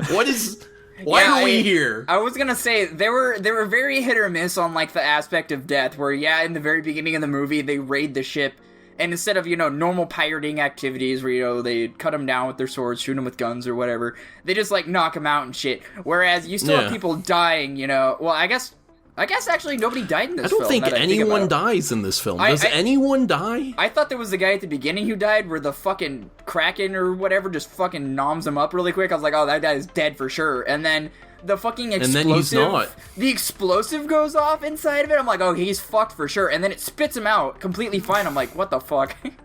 So, I don't know, dude. Whatever. The most Disney movie dude. I've ever seen. Yeah, I don't know. I still like the movie. I don't know. I still like it too, but like it's a kids movie, you know. Man, the dog licking that big old creature's eye was really gross. I didn't like that at all. That one does gross. Stand out in my memory for some reason. It makes sense though, dude. Dogs will do some wacky shit. True, they'll like lick up their own vomit and stuff. They're foul creatures, truly. Hey, you take that back, you monster. No. Cat person. No. You anglerfish. I find the artifact itself, I find funny, because it's just a book that, I guess it just generally makes things better, or whatever. Yeah. I like to think that all it does is it makes the world brighter, just like a little bit, like without it's just cloudy. True. I thought that was funny, but that's the end of my thoughts. Well, Dylan, where are you going to be ranking it, dude? Oh, I was looking at my rankings, and I was like, Oh yeah, this is but then I'm looking at it, I'm like, I wouldn't put this movie over these other ones. Come back to me in like a hot second, please. Dude, I liked Treasure Planet better than this one. I think Treasure Planet has a better emotional core, and also it kills people, which makes it better. So for this one, but I still like this one. I feel like I've complained a lot more than my rank seems justified by, but I gave this one an A-. How Wow. did I put Treasure Planet? You also gave an A, Dylan. I think that I also like Treasure Planet more, but like only slightly more, not enough to really have them be on separate tiers. I'm gonna give it a C. Okay. Jesus. Yeah, I gave it a C-. I definitely like Treasure Planet more, and I gave Treasure Planet a C, so yeah, C-. Let's give it... I'm gonna be with Nico. I think that Treasure Planet's better, but not enough to put it on a separate tier. I'll give it an A. Very split rankings here. Too damn high! The landed at a B. You wouldn't like my original ranking for this movie, dude. And you wouldn't like me when I'm angry. You won't like me when I'm angry. Yeah, your original ranking would have had Atlanta at B+. What else did we watch this week? Tanner, I'm glad you asked, because we watched your pick of the week, which was the 1999 film, The Adventures of Elmo in Grouchland. Oh boy, guys. Adventures of Elmo and Grouchland. Our first Jim Henson film. Elmo is a 6-year-old. He lost his blankie in a parallel dimension in Oscar the Grouch's basement. He goes there. It gets stolen by a villain. And he has to go through a series of Herculean tasks to retrieve his blanket. And in the end, he learns... I'm not sure if there's really a clean lesson he takes away from this one, but it was an adventure. He learns to share, maybe? I get he He learns to not be a dick to that one chick that ripped his blanket, I guess, even though he doesn't really even do that at the end, I don't think. Yeah. Anyway, fun fact... so the actor behind the villain Huxley, who you guys may or may not have realized was Inigo Montoya from The Princess Bride. Whoa! He was actually a last-minute replacement for this film. Who was the original actor going to be? I don't know. Okay. It didn't say. Unfortunately. But he did a fucking great job. What the fuck? That villain song is so good. Yeah. Like, legitimately. It had no right to be that good, and I don't know why he was trying so hard. Guys, it went so hard. Facts, dude. I don't know why he put so much effort into this film. I think he was a legitimately fantastic and entertaining villain. That's how I find most of these movies go, where if maybe the protagonist's end of things is kind of mid, for some reason the antagonist or the villain's, like, acting skills are just so much higher than they have to be, or just so much higher than the movie in general. And that's kind of how I felt about this guy, to be completely honest. I agree with your assessment. He was way too over the top, but it was fucking fantastic. I don't know, I guess at the end of the day, it's still just a kid's movie. It wasn't bad, but, like, I'm not gonna say this shit was peak, because, you know, it's a fucking kid's movie. So, it did bring up a lot of, like, nostalgia moments, though, because I totally forgot about this movie and how I watched it all the time as a child. Dude, I fucking loved this film. Even though it's for wee tiny children, I thought it was absolutely delightful. I liked all of the songs. I liked our characters. I liked the little adventure. I love that Bert bug and Ernie henchman. interjecting. That part was bad, and they shouldn't have. Well, by the fourth time, it became funny to me because it was like, oh man, they keep doing it even though it's not good. Why are they? But it would have been better without those. I agree. I love that bug guy. I don't know why. Something about his voice, his appearance, something about him is just very appealing to me. I love that little guy. Yeah. Tanner, put down that goddamn knife. It sounds like you're, like, threatening us to rank this movie highly if you fucking keep it The up like knife that. came back. Nah, listen, I realize I'm in the minority here for enjoying, a movie for fucking kindergartners, but that's my cross to bear. I agree that I enjoyed the movie too. I'm just, like, prefacing that I'm probably not gonna rate it as high as I'm praising it for, you know? I'm not gonna put this shit in, like, Fs because I thought it was so good. Like, That's fine. It's hard to find faults in a kid's movie because it's a kid's movie, but, you know. And this does the thing that good kids movies should do, where A, it has some jokes in there for the parents, which is us, I guess, and B, there's actually scary moments in this. Like, it doesn't have to be all happy, flipping the fuck out all the time. Like, Elmo is allowed to be scared, and he's allowed to be sad sometimes. Yeah. What kind of jokes were in there for the adults? Like the reference to Dr. Zhivago. Also, I think the Trash Queen having orgasms over raspberries was an adult joke. Yeah, dude, that was a scene. I thought you were going to talk about, like, the messaging, but I don't know. I don't really have any recollection of how children's shows generally function. But there was a lot of good messaging in it, you know? There's, like, moments where Elmo would get blocked by some obstacle, and he'd have to, like, work through it and learn from the experience as he went along, which I appreciate. I think this is what you want from a kid's movie, is you want it to be, like, entertaining enough to, like, grasp them, not too complicated, but also teach them important things that they can, you know, think about and improve themselves on. But also, this movie still is absurdly boring. I was fucking, like, counting my days to get this fucker to finish. The We stupid kept just cutaways. fucking checking the timestamp of it. Like, when does this end? Yeah, I mean, the fucking understandable. cut-ins constantly are really fucking annoying. The acting behind everyone but the fucking villain was terrible. Elmo's stupid-ass dance when he, you know the fucking dance. That was the real saving grace of the movie for me. I was busting my gut at that. The Trash Queen thing was very weird, too. This is It's uncomfortable, dude. I It don't was know what out the of fuck. place for sure. You agree the villain is good, though. Yeah, no, I think he's entertaining. I think they should have gone a lot harder with how they, like, put a stop to him, though. Like, they just throw a basket over his head and he's good. It's like, damn, thwarted again. Just Yeah, good. I don't normally like songs in movies, too. I can't remember even what it was. There was, like, two of them that I didn't think were terrible, and one of them was actually kind of sick. I don't know which one that one was, though. I think it was the one the villain was singing, but I could be wrong. Yeah, probably. That's the one that Taylor really loved. stands out to me as being really good. I like the take the first step one where Elmo does his little dance. Yeah. God damn, now it's playing in my head. God damn it, Tanner, fuck! The songs are legitimately catchy. I don't know what to tell you, man. 3 of the 5 songs in Tanner's top 5 list are now from this movie. That'd be fun. That'd be so Very funny. What if I just intentionally listen to those on repeat? I don't think I'd be able to listen to them enough times between now and, like, I think in a couple of days, but that'd be very funny. Here's the strat. You just, like, open up the song, set your Spotify to just repeat that song, and, like, not skip to a next one, and you just, like, have it running just, like, on mute, and just, have There we it go. like that throughout the day. There you go. It's perfect. Okay, so here's a way that I think they could have redeemed the way in which they thwarted the evil, vile villain at the end of this film. Mm-hmm. I think that if he stacked up all of, like, the things that he's stolen into, like, a huge-ass fucking pile, okay? And it's like, look at this, my greed, everything is mine, I love all these things. But at the end, it falls on top of him and crushes him. I think that would have been much more poignant. I don't think you can have death in a Dude. children's movie. You should get a job at Jim Henson Studios. Insane. But overall, yeah, it was a fucking baby movie for babies. I'm giving it a C-. Personally, I gave it a D. I was fucking bored as fuck this entire thing. Jesus.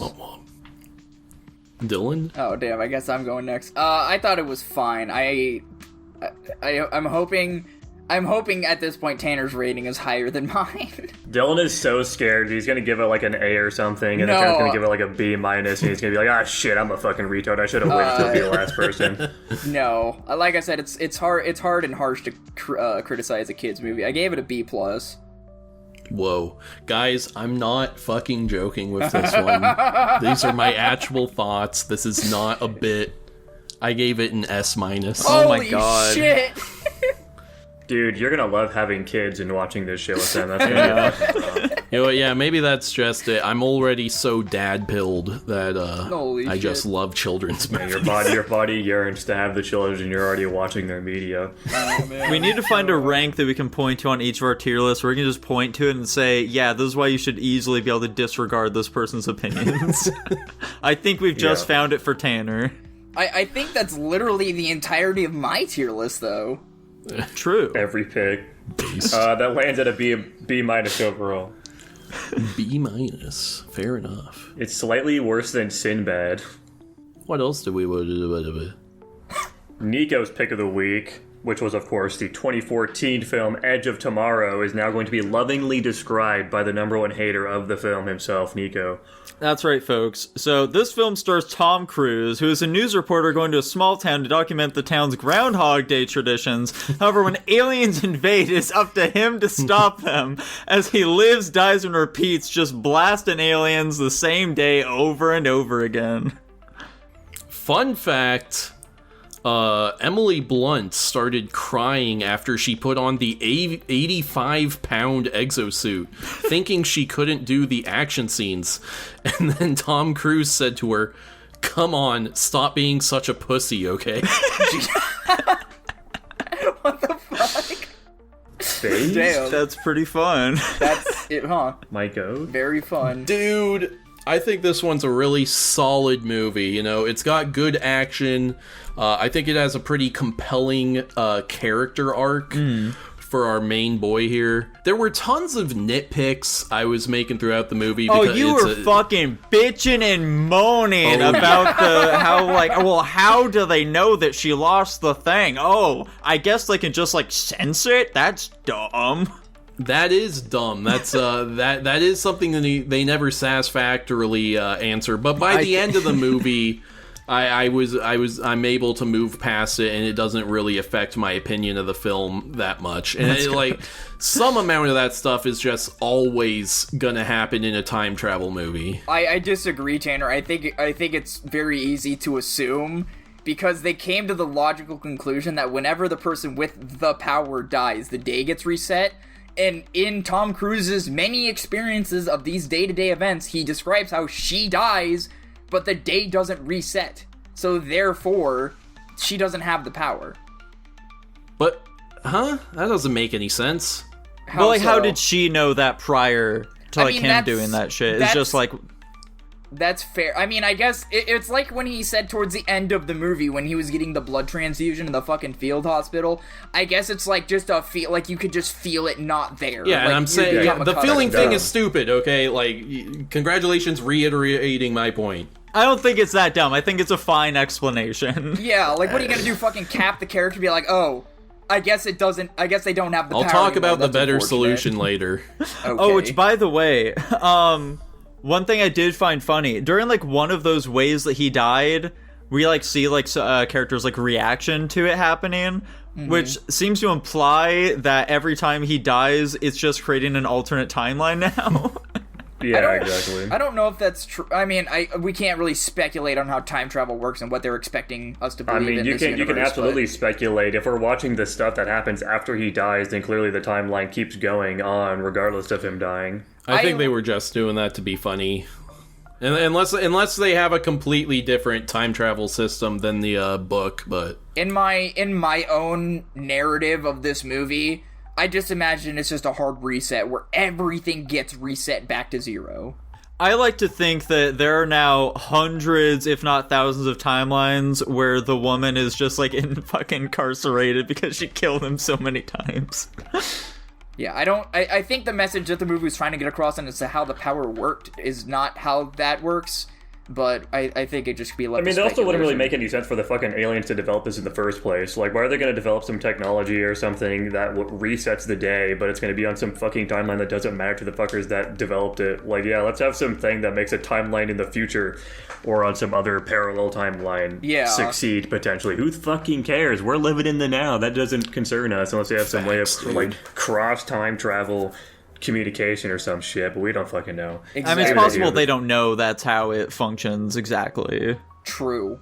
I think we're getting into the weeds about something that may or may not be super important to the movie, but I don't know. I thought it's really difficult when you have a pre-established blueprint like Nico was alluding to in his summary to go wrong, because we all thought Groundhog Day was pretty good. I don't remember what our general consensus was, but it's in fucking S-, I think, or whatever. Dude, Tanner said it's a perfect movie. I did say that. It's definitely not an S+, never mind. But regardless, it got a rather high overall rating. So I think just adding war and guns into the mix without really straying too far from the general concept of Groundhog Day is, formula to be a pretty good movie. I don't even know if they had contrivances, really. I do. I think the ending is a pretty big contrivance. I do think it is as well. Them going like before he even like went into the military or whatever. Yeah, that's actually something I was gonna bring up to you guys, because, you know, I'm usually a sap for, like, good, happy endings. I think I actually disliked the ending quite a bit, to be completely honest, because, I mean, the thing is, you got your crew, and I like how at one point, even before the ending, where he's like, alright, clearly me going with her is resulting in no progress, and then he goes by himself, and then he ends up, you know, almost getting got. But, anyway, he goes off with his crew, he gets everything right somehow, first try, and now they're just operating off of, like, dumb luck, basically, at this point. And then, you know, everybody in the crew dies, the woman sacrifices herself, so she dies, and you're like, oh, okay, well, and he's like, well, neither of us are making it out of here, and we're like, as viewers, like, oh, that's not true, at least one of you makes it out. And then he is on the verge of death. So then we're, like, not sure if he dies or not, and then I was ready to accept his death. I was like, this is a satisfactory ending. A rogue team goes out and solves a solution that nobody else would believe. That's actually another point I'll get to after this. And solves a solution that nobody else believes or is trying to go for. I'm okay with everybody dying here. This is a perfect war hero story. You know, nobody's going to be able to report what happens. It's going to be one of those things that goes down in history, like something happened and we won. And then, yeah, it gets reset back to where he's in the fucking helicopter. And then he just goes and it shows like everybody's alive and well, which I'm sure is an ending everybody would love. But then it's like, does he still have the power now? Is it mixed back in his blood? Does he have the power to reset time? Like, what the fuck? Why, like, it's like disrupting the emotional significance behind what all just happened. Besides, like, people love happy endings and when people come back to life. Let's just do that.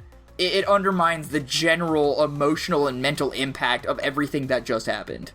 Anyways, fuck all that noise. I don't like the ending that much either. I also think the latter, like, quarter of the movie definitely lags a little bit. Starts getting a lot slower when they're doing, like, their solo mission, not solo, but duo mission. Yeah, I do think that's where the pacing starts to suffer a little bit. A lot of the...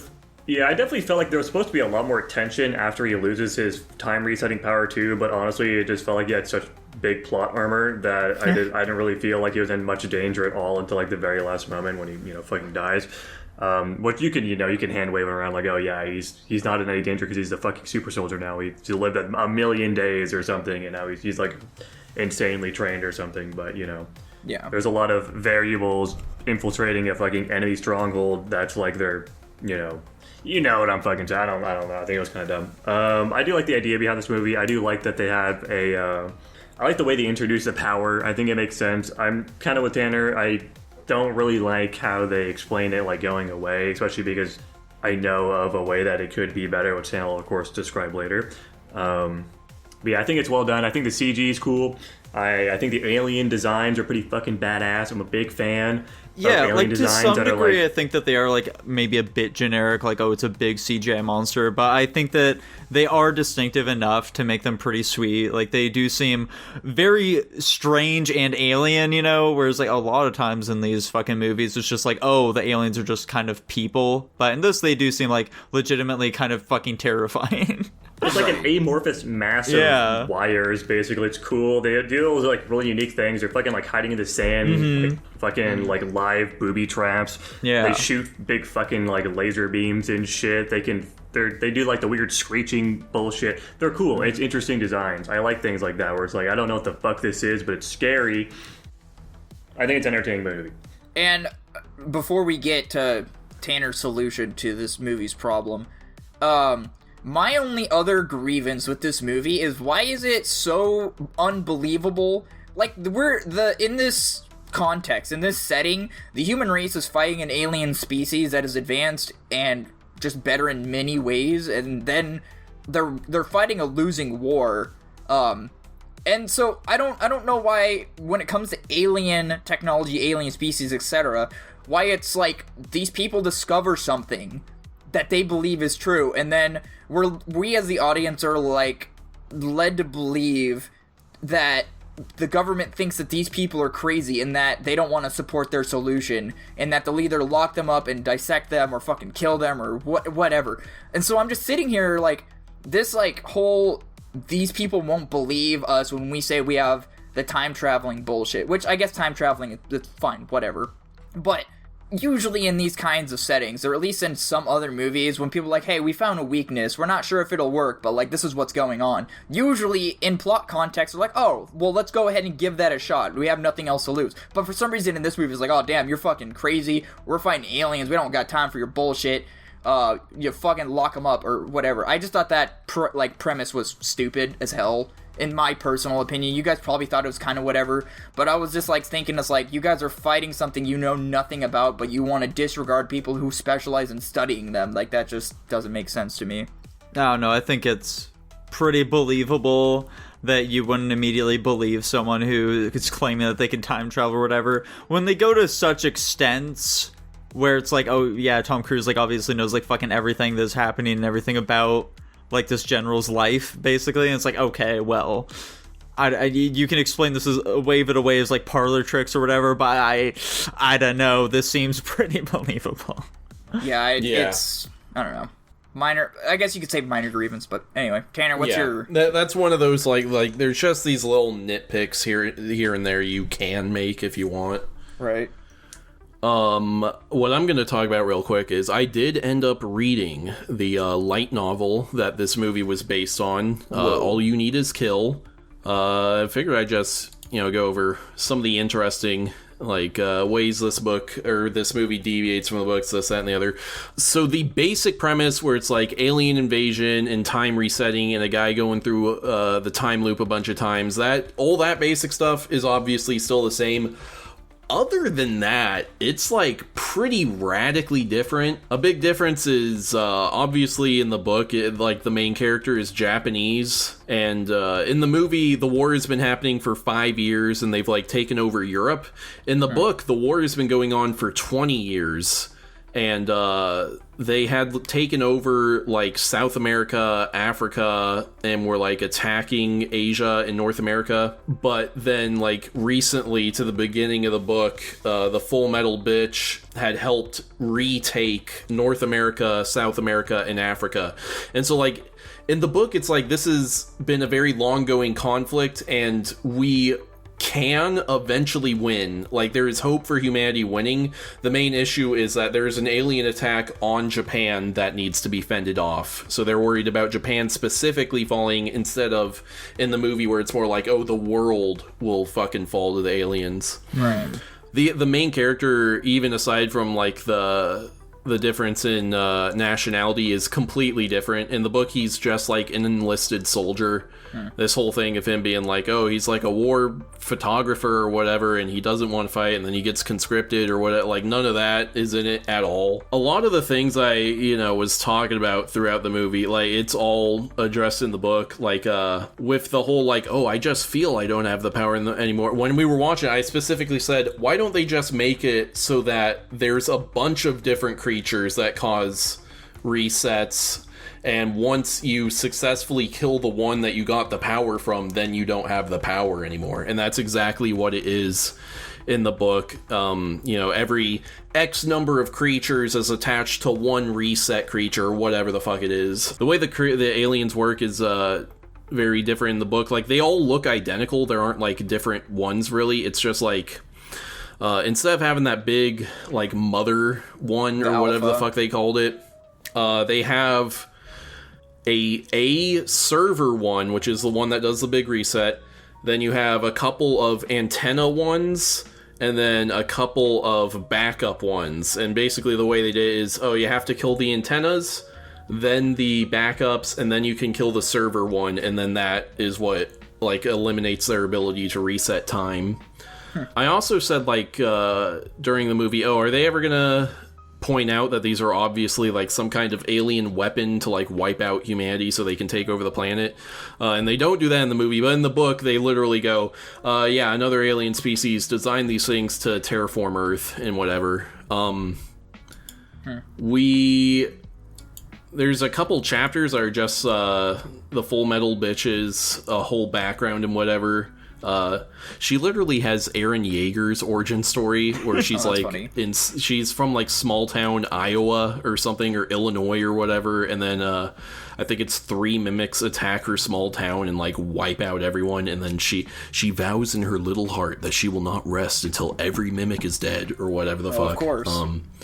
That chapter is kind of cool, though, because they're like, most of them died, but the townspeople actually managed to kill 2 of the mimics by, like, basically, like, matadoring them into shooting each other, which is pretty funny. That's fun. Oh, the way the mimics look cooler in the movie. In the book, it describes them, the phrase they use constantly is, they look like a bloated frog. So I think they're like these big, chunky things that kind of look like Froggy from Sonic Adventure. That's funny. Which I think is supposed to be like a comedic thing in the book, where it's like, yeah, they look fucking doofy, but they will fuck you up bad. I like the difference that the movie did there. Another thing, so I can't exactly remember if this is the case in the movie, but it seems heavily implied that when a human gets the reset power, it's only the human person's memories being transported back. Which is why, like, when he goes into the battle, he can memorize where the mimics are. And as a result, that means in the movie, his training is all about, like, just memorization. Like, getting better at combat doesn't really matter. In the book, the server mimic, when the human resets, it still gets its memory sent back too. And so when he goes into the battlefield, like, the mimics are going to be in different places because they remember shit as well. And so in the book, it makes sense that he's doing combat training, because being better at combat is what is actually going to help him. Like, the only thing that memorization helps is when he's, like, doing the pre-battle shit with humans.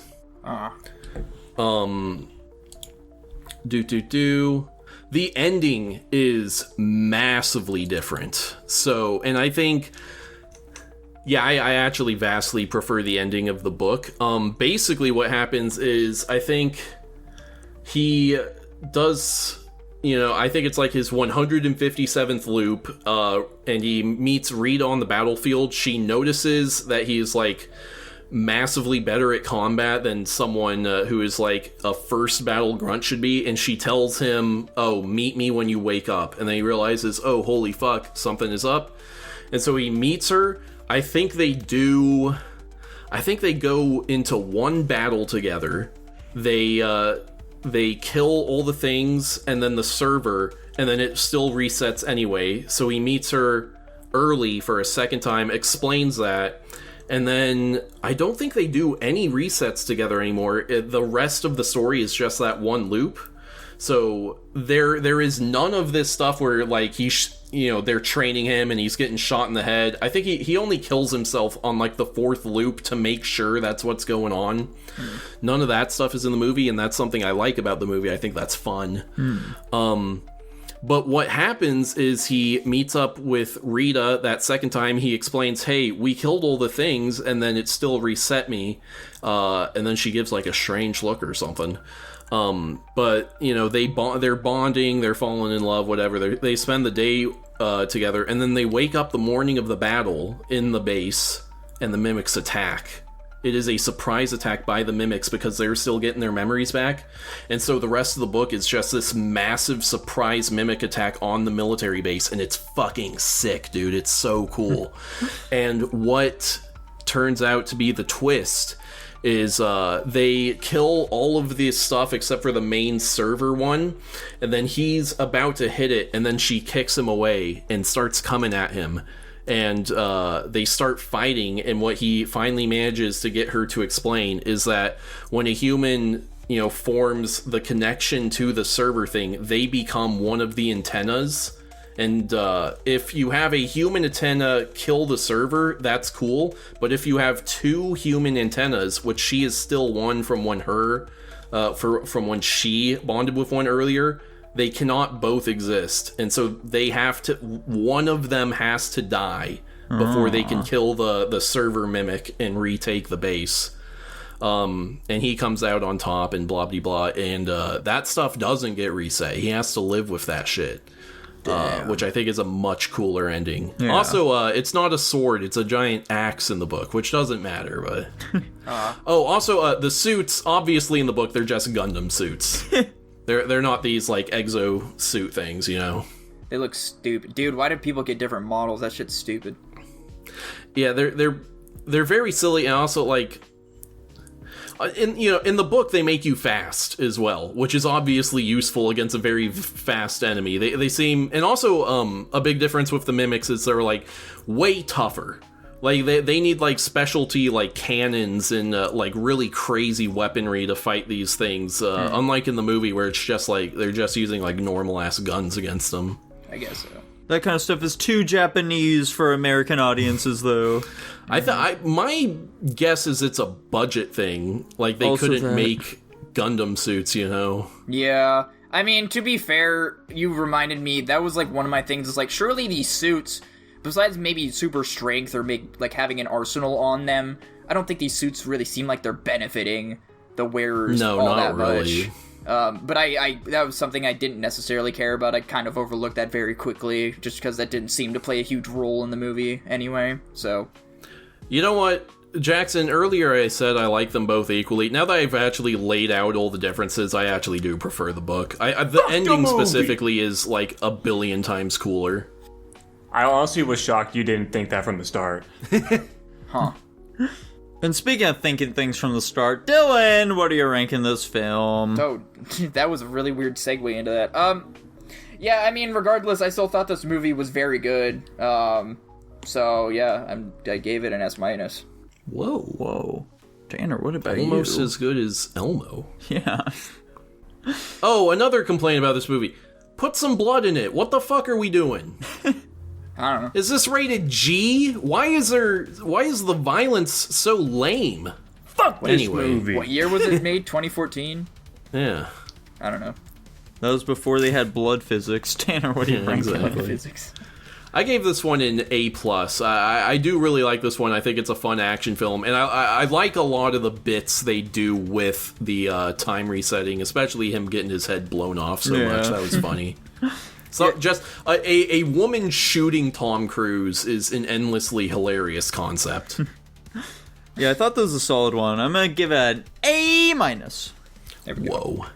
NA's biggest hater here, back again with another hater rank. I'm going one lower than Nico to B+. Damn. Womp womp. I might up that at some point, but I don't know if I think it's A tier worthy for me yet. And that lands it at, drum roll please.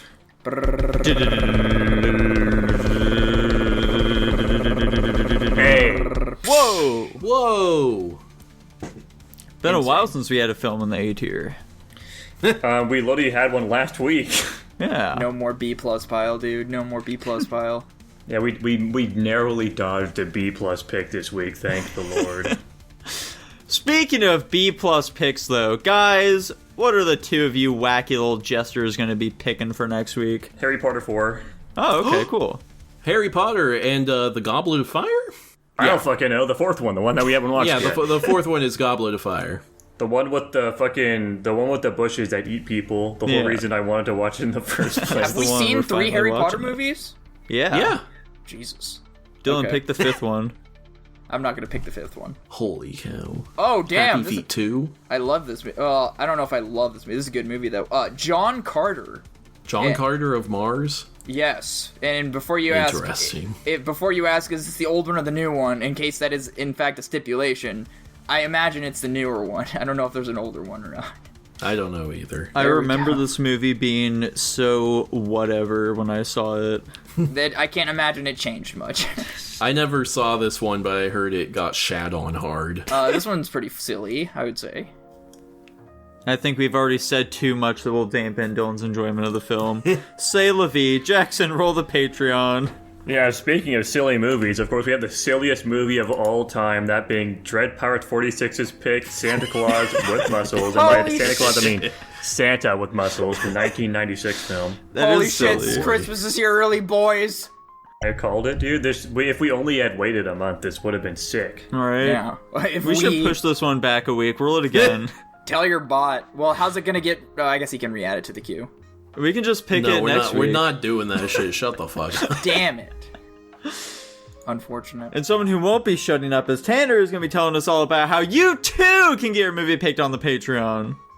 That's right, everyone. If you go on over to patreon.com/Guapish or guapish.com/Patreon, for only $1 a month, you can subscribe to us, which gets you early access to every episode, as well as exclusive access to our pre-Guap show.